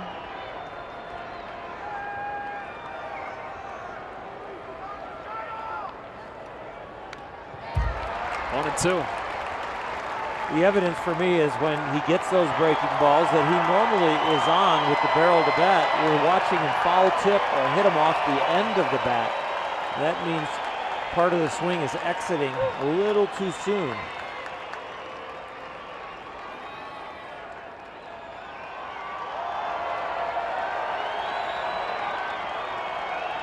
Dozier at first with 2 out. Oberg to the plate, 1-2. Machado takes this one in the dirt. Ball 2.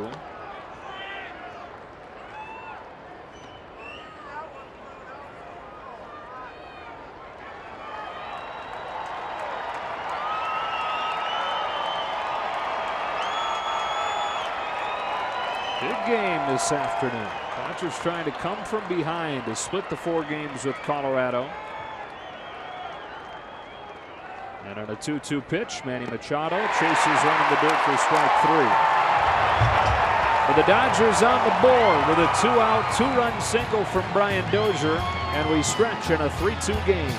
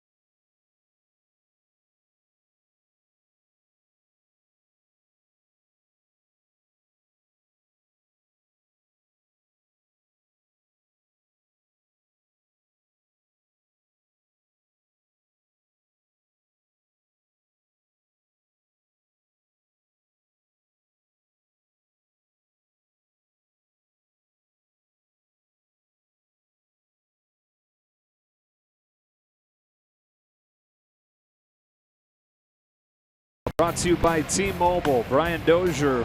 Last night it was about the defense. A couple of incredible sprawling plays. This one he made in the 9th inning. For a moment it looked like could have been a game saver. And then today he's reached 3 times and he's driven in the 2 Dodger runs.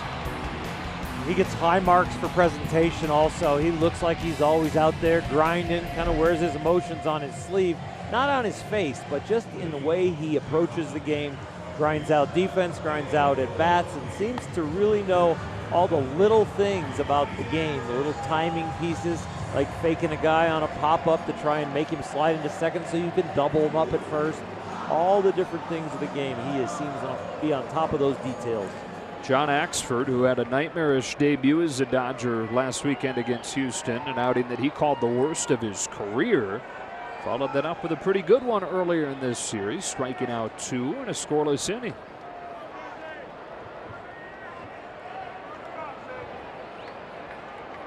John, a 35-year-old in his 10th year in the majors, goes to work against Ian Desmond, who takes ball 1.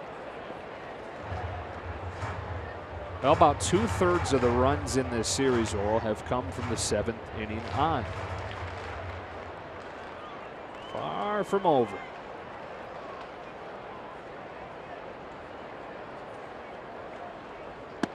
Strike 1.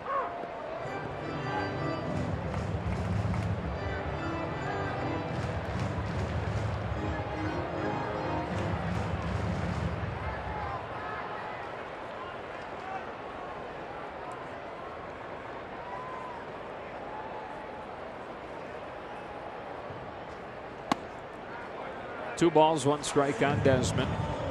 Followed by McMahon and Iannetta in this inning.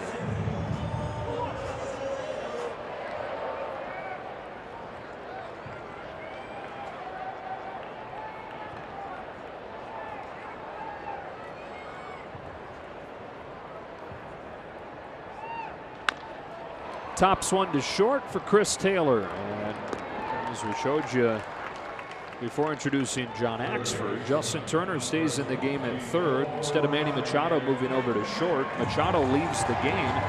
Taylor stays in. Dave Roberts might want to get 2 innings out of Axford.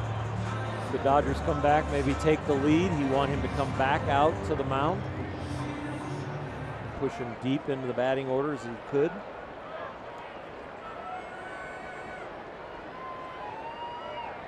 Rockies 3, Dodgers 2. Here's McMahon.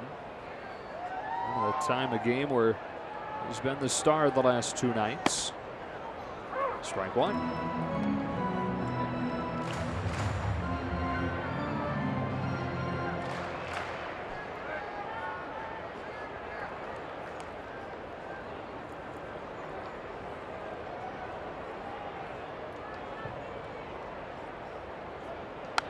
Quickly 0-2.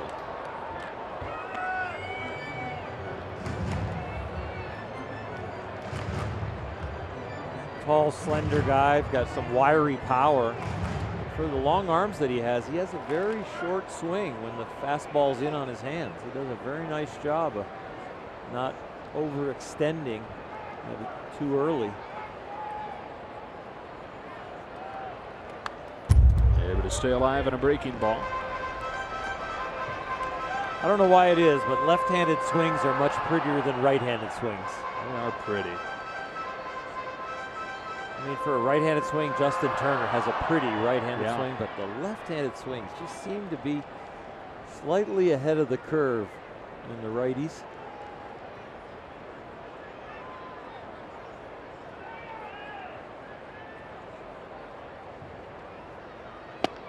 Ball 1, 99.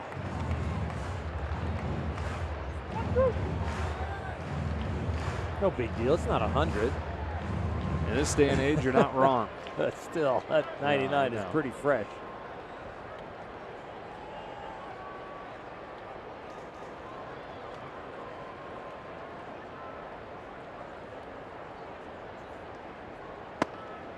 Got him at 98.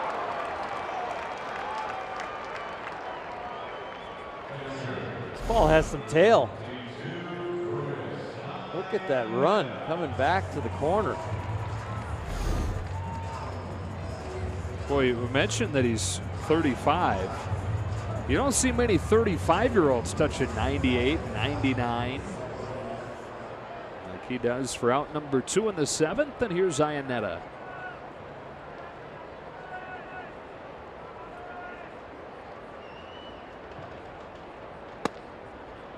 Live outside, ball 1.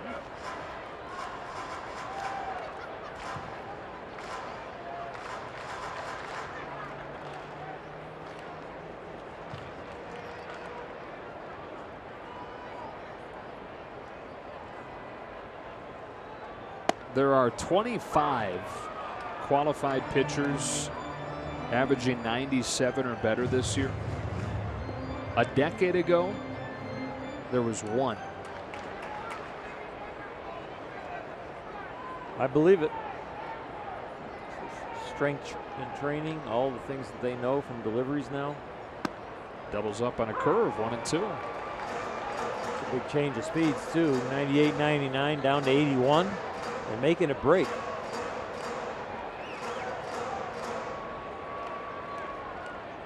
Arenado available again off of the bench. Manfred looking for a 1-2-3-7. His 1-2 pitch to Chris Iannetta. Back to the fastball, and it's outside. 95 miles per hour and above. Right about 100 pitchers averaging that. A decade ago, there were 20.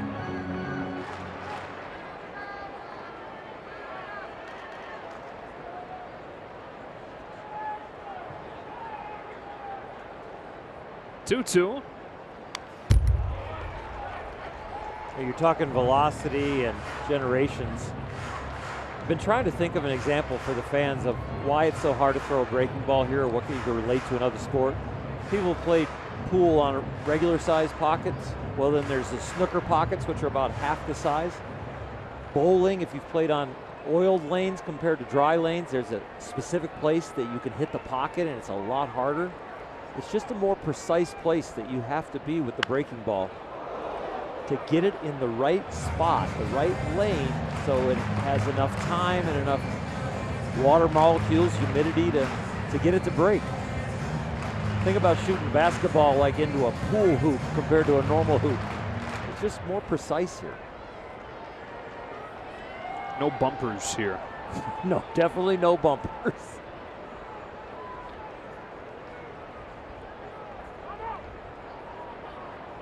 If you're playing billiards and you talk about the size of the pocket, if you go down to sea level or you're throwing your breaking ball in Atlanta, it'd feel like the pocket is twice the size, not a small snooker pocket. Because the air and the humidity just gives you more room for error. It'll still break. Axford runs it back in there at 97 to finish off a 1-2-3 7th inning. On to the 8th in a 1-run game.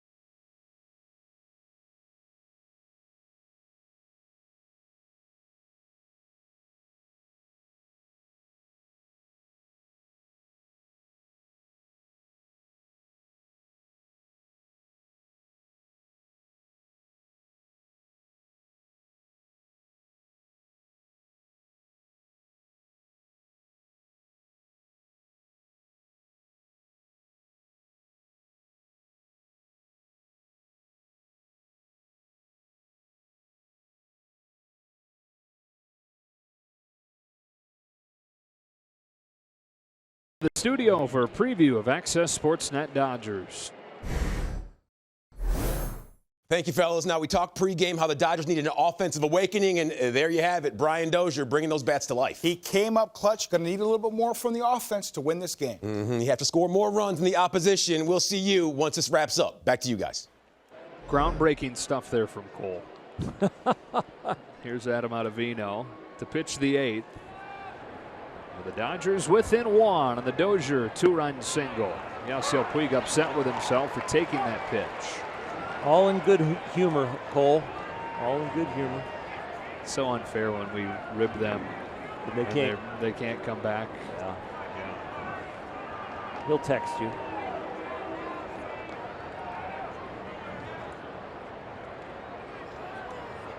That's high, and it's 1-1. Well, the Rockies getting single runs in the 1st, the 4th, and the 6th. Dodgers got single runs yesterday in the 1st and the 2nd. They didn't score again until the 2-run single from Dozier last inning. Is that the spark that they need?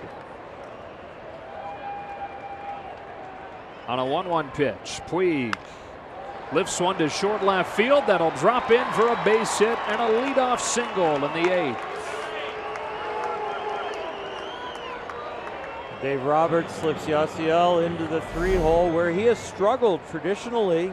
It's just above 200 this year when in the 3 spot. But today, 2 hits and a walk. They got the tying run on. They have Cody Bellinger at the plate.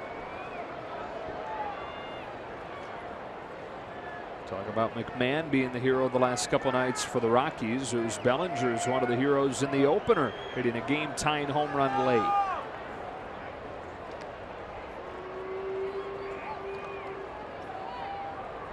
And while he hit into a double play his last time, you were right, he hit it really hard again. He just has that confident look about him again.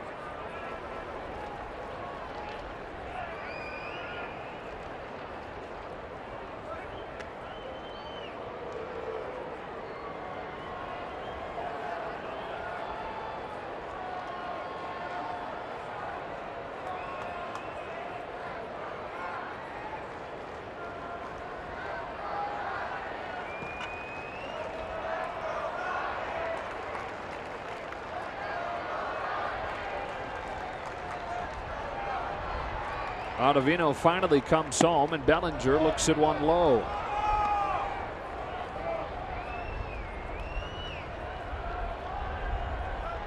Hot, comfortable hitter at the plate. Yasiel Puig drawing the attention of Ottavino. So you get a pitcher with a little bit of divided attention. Dodgers have already been very aggressive on the base paths, so you can get mistakes. 2-0. Get a little bit of rush from the pitcher. All of a sudden the ball would be up. You get a little bit of not picking up the target as soon. All of a sudden maybe you miss your target. Yasiel might not be stealing, but just the threat gives the Dodgers a little bit of an advantage.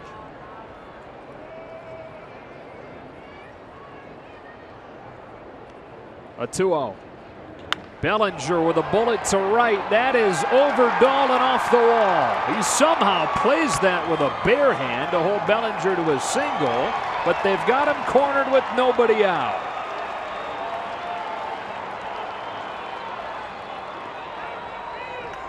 Yasiel understands that right fielders can catch these balls, but he reads Dahl very well, and when the back and you see the numbers of an outfielder, that's when you know it's time to go. Yasiel scampers over to third, and boy, Belly continues to be hot. He smoked that ball. That's upper deck material if he gets the right angle on it.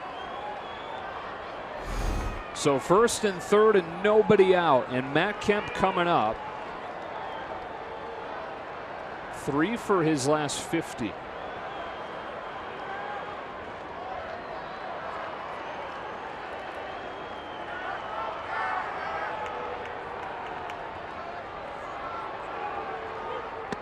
Takes ball 1.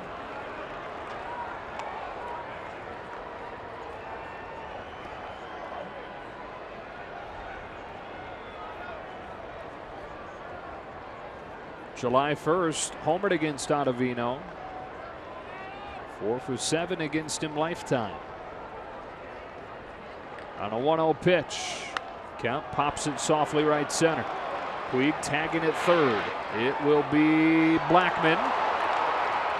Puig will come in to score, and the game is tied. Matt Kemp with a sacrifice fly, and the Dodgers have come back from down 3-0 to even it up in the 8th.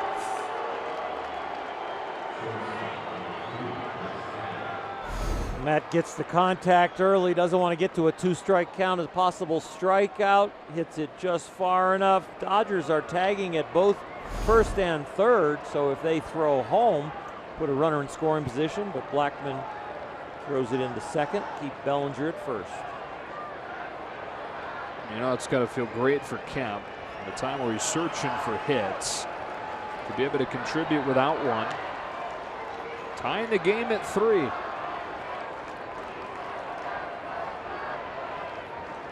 Painful loss for the Dodgers last night. We're trying to turn that equation around.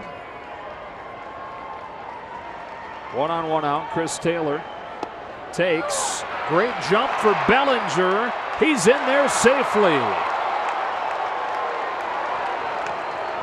Who are these running Dodgers over the last couple weeks? He is flying. We saw him fly down the line after a bolt to the second baseman.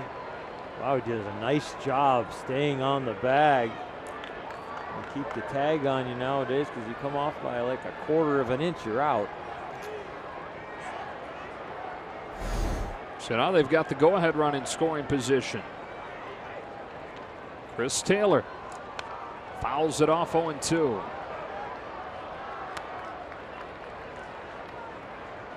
Look at that, 2 steals the entire month of July. 11, we're not even halfway through August.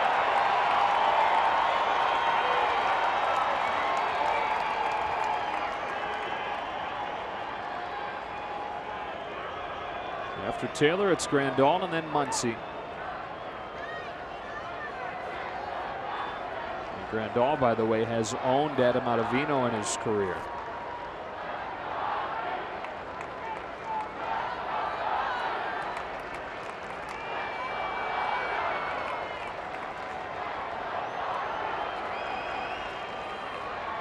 Here comes the 0-2. Taylor misses it. 2 out. Third strikeout today for Chris Taylor. It will be up to Yasmani Grandal. With a bullpen that has struggled to execute in Colorado and a bullpen that has changed roles entirely with the Dodgers, there's a lot of pins and needles to be sitting on for the rest of this game. How about this? The team that's entered the 7th with the lead in this series is 0-3.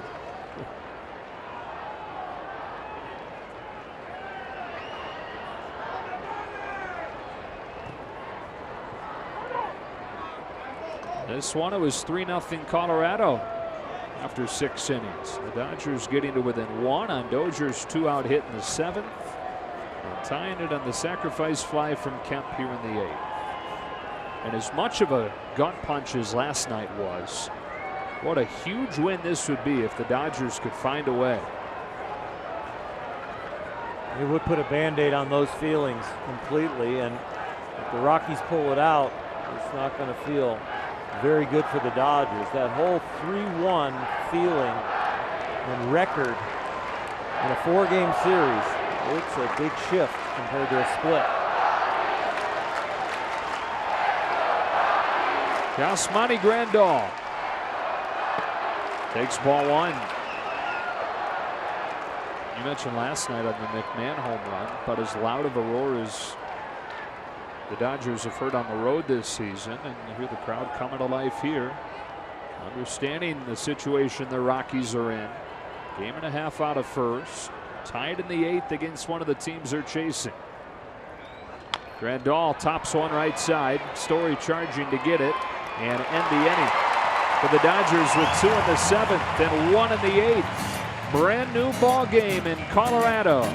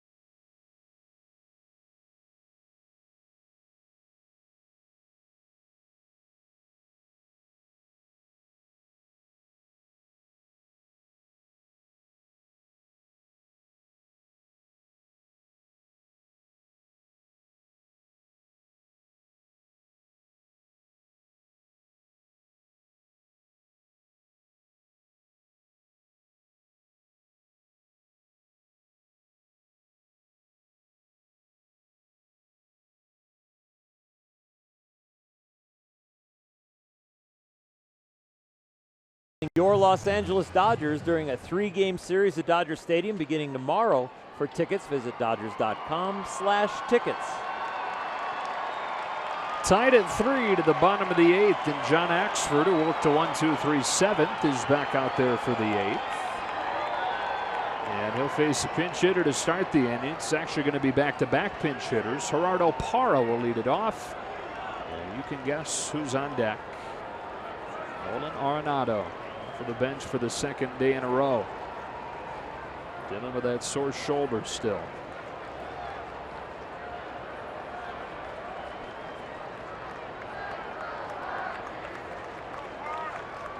Axford to Parra with ball 1.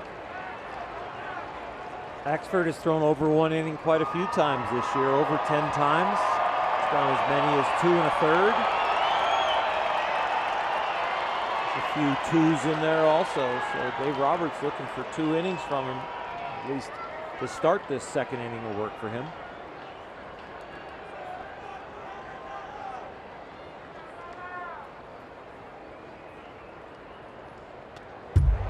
Two and 0.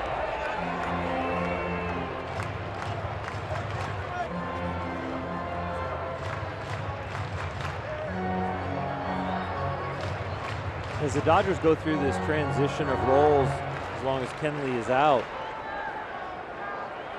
one of the things you have to really watch is not only a guy's ability and will it play in the 8th and 9th inning, but you have to look at their makeup and their poise. Can they handle those moments? Grounded off of Axford directly to Muncy, and they catch a break for the first out of the inning.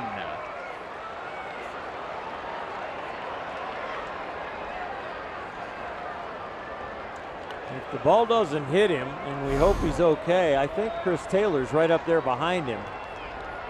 It hits the shin, and that hurts.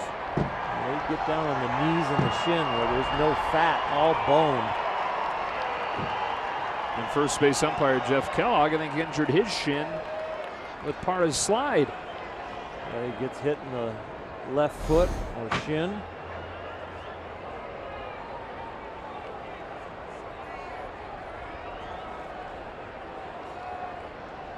Axford's going to see how it feels.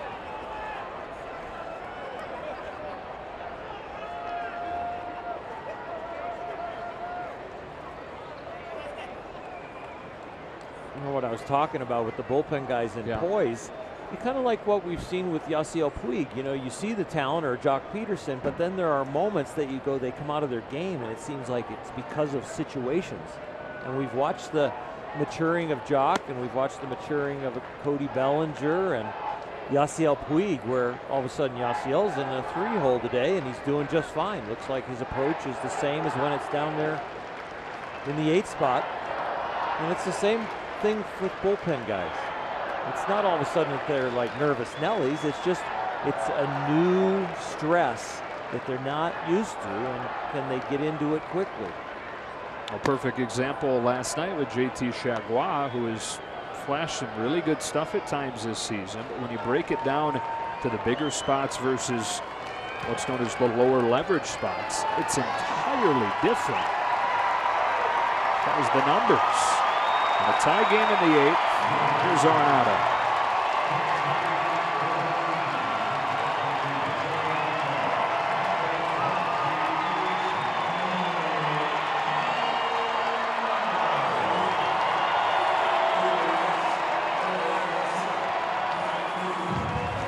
Pinch hit last night for the first time this year and was hit by a pitch. Scored on the game-winning home run.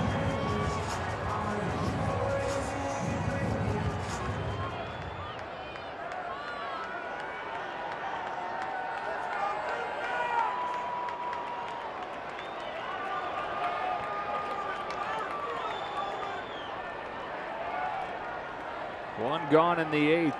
Axford to Arenado with ball 1.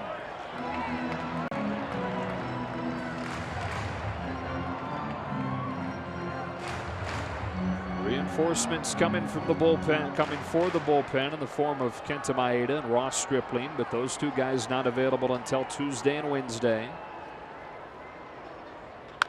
A bouncing ball to short. Chris Taylor with an easy bounce, and Arenado is out number 2.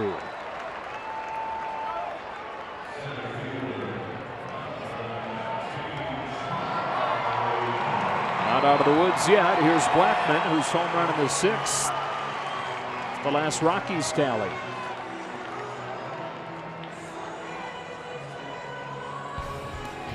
Charlie Blackman has been a big part of this offense. Not producing for power as much this year, but boy, he found a way to get that one out of here. 22nd of the year for him.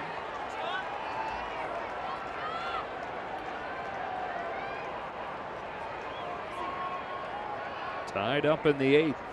Axford deals, and Blackman takes ball 1.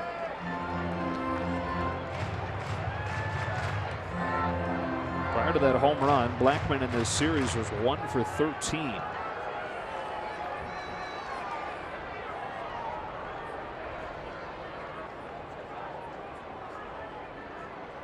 On this 1-0, he swings and misses 1-1.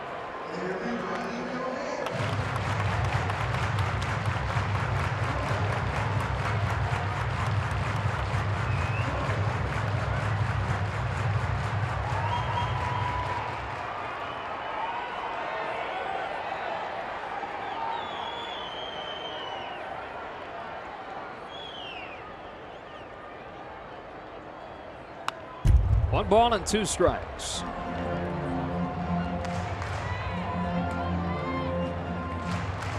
The ballpark here didn't turn into a great atmosphere for the Rockies until the middle of game 2. You know, when they started to score some runs and all of a sudden late. And then after last night, the big comeback with 1 out left, that was the capper. And now another chance for within this great atmosphere for the Dodgers to silence them or the Rockies to make them louder.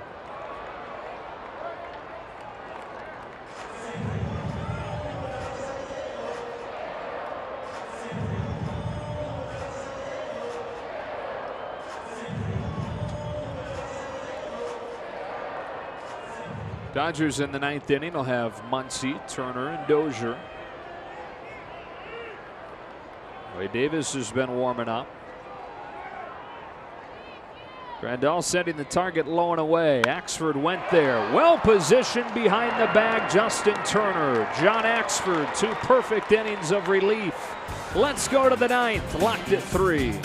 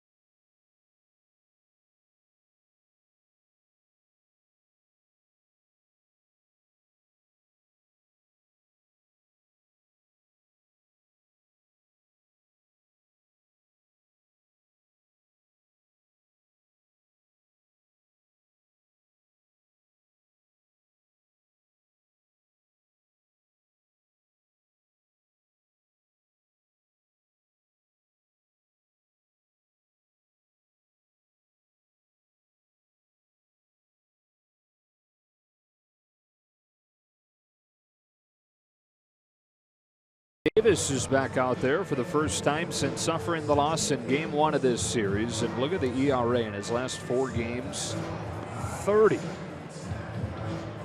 He has really been inconsistent with his location. It seems like he can look like he's about to really be on his game and be on the edges, then all of a sudden make 2 or 3 pitches kind of up in the middle of the strike zone, and he just gets hit. Not something that the Rockies expected when they invested in him to close games.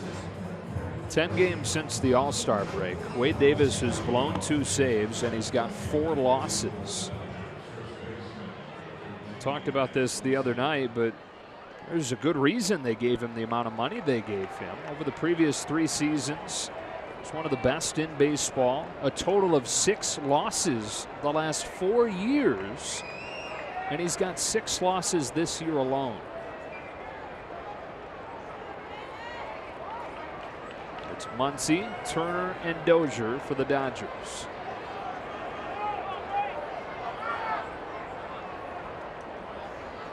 Muncy goes after the first pitch and pops it up. The bright sun has given fielders some issues today. Not this time. And Mayhew's got it. 1 pitch, 1 out.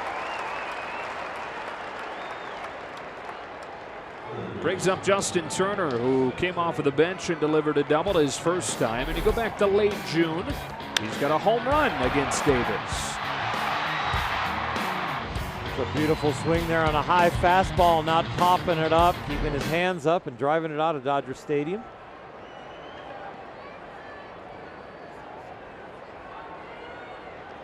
Seven for 13 in this series.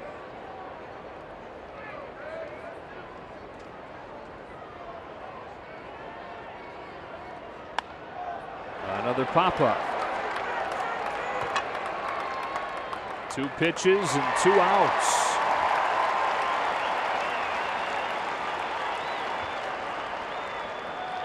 Well, now to be Brian Dozier. More recently than Turner's home run, Dozier has one against Davis. It is on a breaking ball that backed up. Kind of a typical fine line breaking ball that you throw here at Coors Field that you don't get any traction with. Dozier got the traction. It's reached 3 times today. He takes ball 1. 2 hits and a walk. Got the scoring started for the Dodgers with a 2-run single in the 7th. Jock Peterson waiting on deck. It's in the pitcher's spot.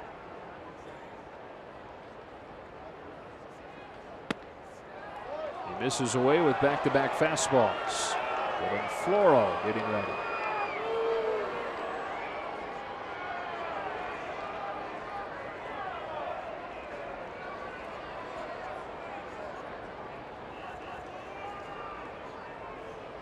On a 2-0 pitch, Brian Dozier takes a strike 2 and 1. It's the same type of breaking ball, kind of backing up where he hit the home run on.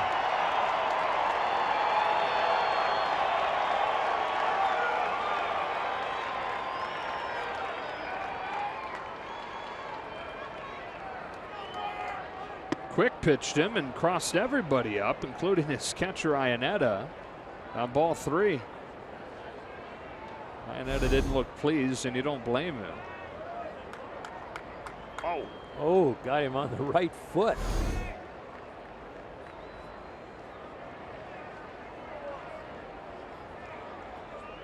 Three balls, 1 strike.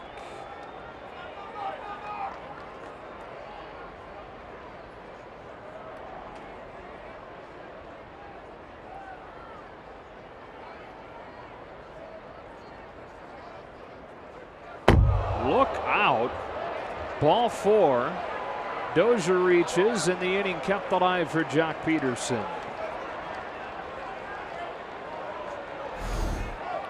High and inside and slipped out of his hand, but a lot of that pitch is from the anxiousness of pitching so poorly this year and just trying too hard.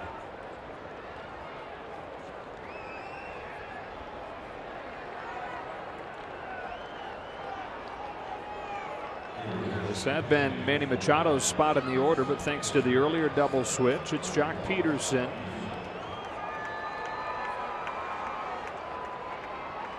Pinch hitting here in the 9th.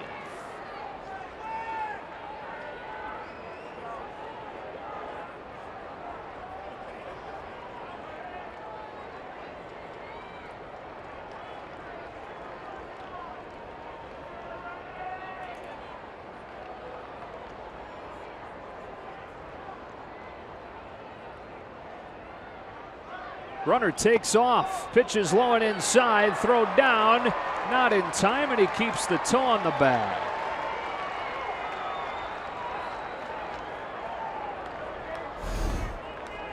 Their 12th bag this month already. Good jump, good wheels, good slide. And now a base hit could break this tie. In a game the Dodgers trailed 3-0 after 6 innings. Dozier at second with 2 out. Jock Peterson takes a strike. 1-1.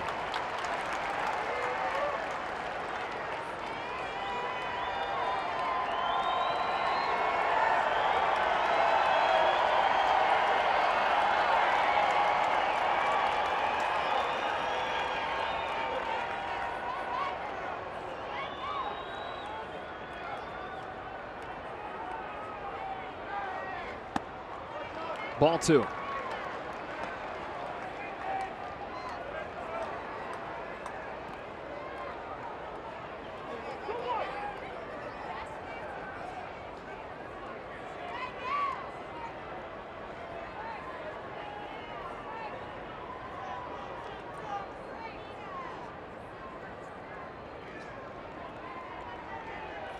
On a 2-1 pitch, Peterson swings and misses 2-2.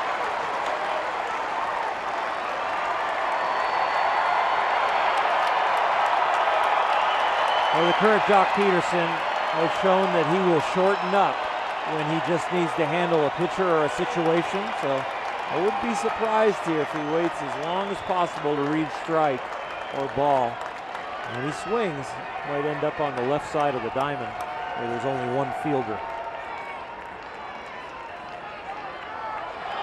There goes Dozier, and he'll take third.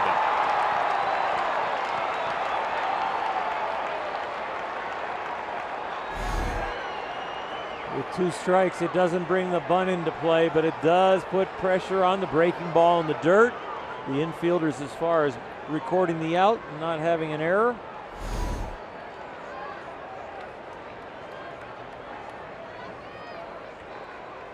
And no small thing with how erratic we've seen Wade Davis be. The mental demons he's dealing with right now. The go-ahead run stands 90 feet away in a 3-3 game in the 9th inning. 2 balls and 2 strikes on Jock Peterson.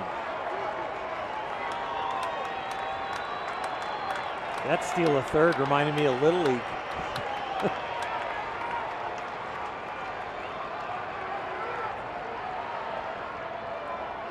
Here comes. Peterson bounces one up the middle. Story's got it. That's the inning. To the bottom of the 9th. Still tied at 3.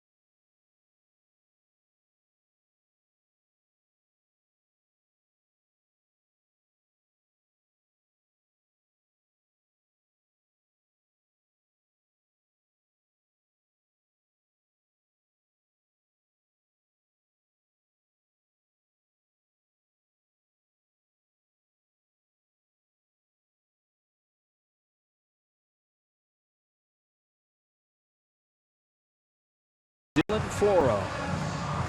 Outstanding running fastball, a breaking ball that is short and tight, but because he has so much run on his fastball, the breaking ball doesn't need to be big. It's still a huge differential as far as the run compared to breaking the ball the other way. And he has shown some poise since being a Dodger, so I don't think this situation overwhelms him at all. Some good hitters coming up. LeMahieu, Story, and Dahl. Rockies today single runs in the first, the fourth, and the sixth, all against Rich Hill. And a couple perfect innings from John Axford to get the ball to Floro, who tries to get it to Extras. LeMahieu homered earlier in this series. He's got a double in this game.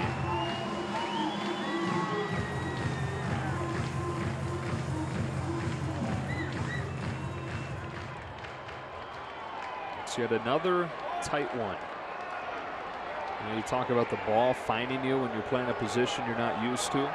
How about the close games finding the Dodgers when they're without their closer?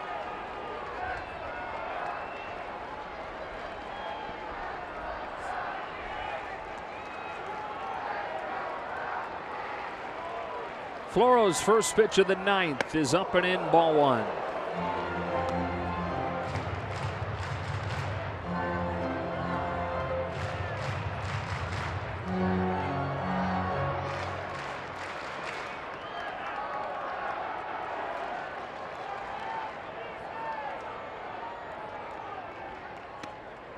That's in there, ball and a strike.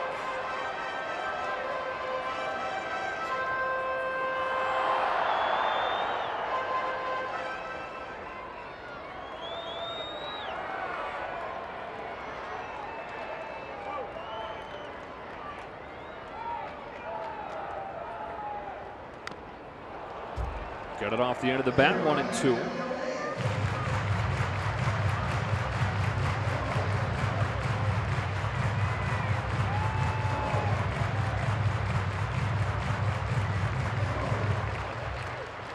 Talk about guys pitching in roles that they weren't expected to pitch in. Dylan Floro was a Dodger minor leaguer last year with an ERA of 5.5. Claimed by the Cubs, went to the Reds, and now back with the Dodgers. LeMahieu to right, Puig is over, won't get there. The juggle will allow LeMahieu to take second, and the winning run is in scoring position.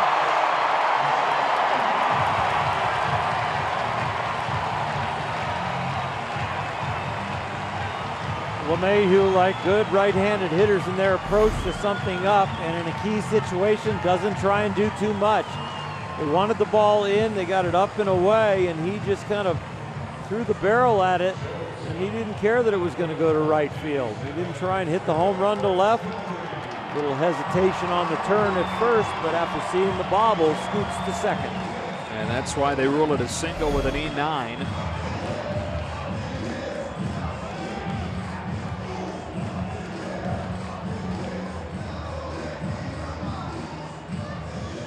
Floro's really going to have to buckle down. Trevor Story coming up. Nobody out in the ninth, tied at 3. To the third Dodger error of the game. But the first error of the game led to the first run.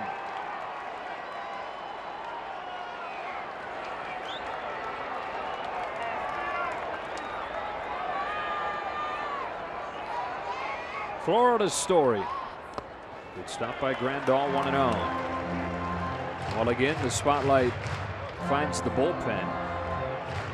As big of a story as the bullpen is the offense, which has found a few runs here in the late innings, but has been relatively quiet the last 3 games in such a hitter-friendly ballpark. Pitching today's not been bad.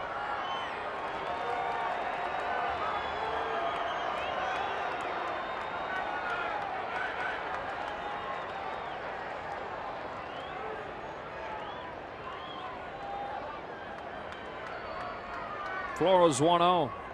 Got a fastball by Story, strike 1.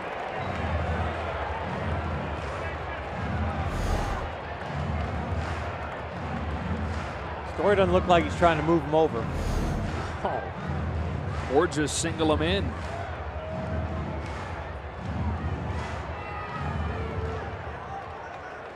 24 home runs this year for Trevor Story. Doesn't need one of those here, though.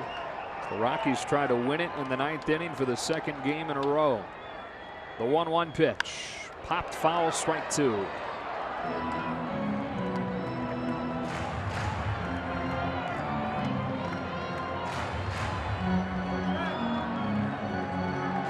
You've touched on it throughout the series, but the biggest issue for the Rockies offense has been the poor approach with men in scoring position. Well, they have wandered out of the strike zone. They've set the table really well, but in the key at bats, they seem to swing at more balls and don't force the pitchers to throw strikes.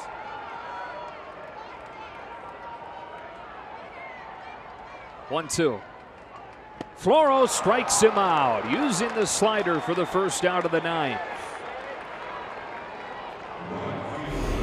The front side's a little leaky, and the slider has some nice bite. Not all the way out to the outside corner, but that finish right there pulls it away from the bat. They'll put Dahl on intentionally to put Floro in a spot where a ground ball could get this game into extras, and to get Ian Desmond to the plate. That also puts the hero from the last 2 nights, Ryan McMahon, in the on-deck circle and into the picture here in the 9th inning.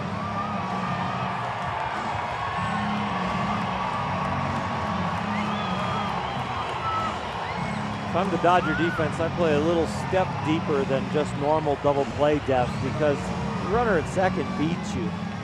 So if it's between getting a double play ball or having to get another hitter out, but I save the game, I play a little deeper. And here's such a tricky spot as far as outfield positioning. One of the largest outfields in all of baseball. You want to play shallow to be able to cut somebody down at home, but there's just so much room to cover behind you.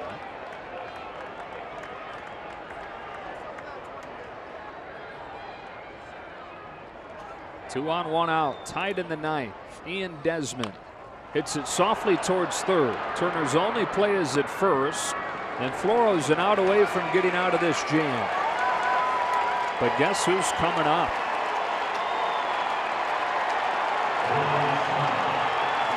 It is Ryan McMahon, who hit a walk-off home run yesterday against JT Chargois. He took it off his kneecaps and won the game. First base is open. Chris Iannetta is the batter on deck. Dave Roberts and Rick Honeycutt have been chatting for the last moment, and they've decided they're going to put him on. So they won't allow McMahon to beat him for a 3rd day in a row. Instead, the veteran catcher comes up.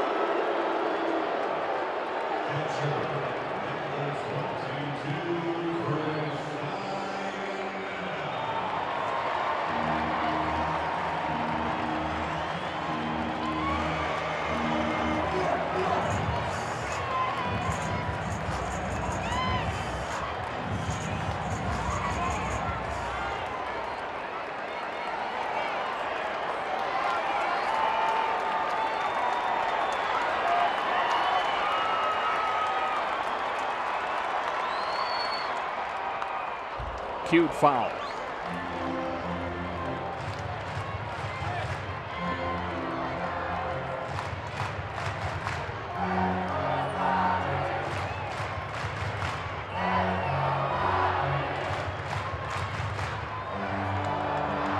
LeMahieu is at second to start this inning. Almost impossible situation for Dylan Floro. Now they're loaded up with 2 out. And he fires an 0-1. Iannetta takes it. 1 ball, 1 strike. Last 3 pitches, all sliders, and he's got them started in the right place and has them breaking.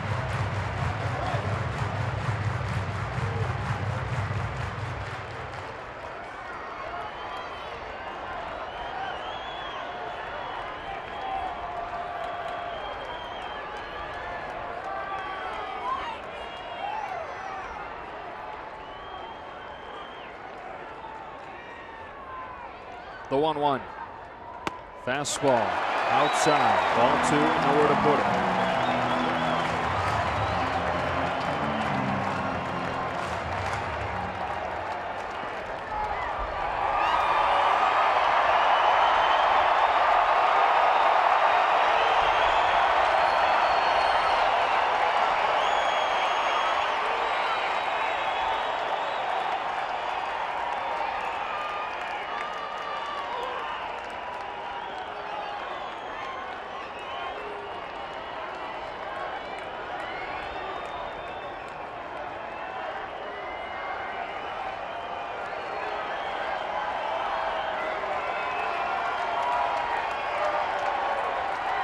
The 2-1. Ball 3 just missing.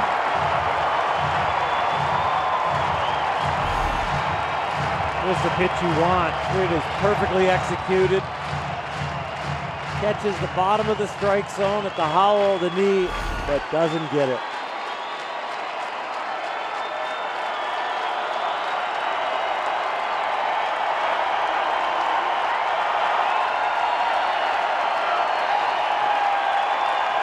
Dylan Flores, 3-1 pitch. The Rockies walk and win it 4-3. Taking 3 of 4 from the Dodgers this weekend.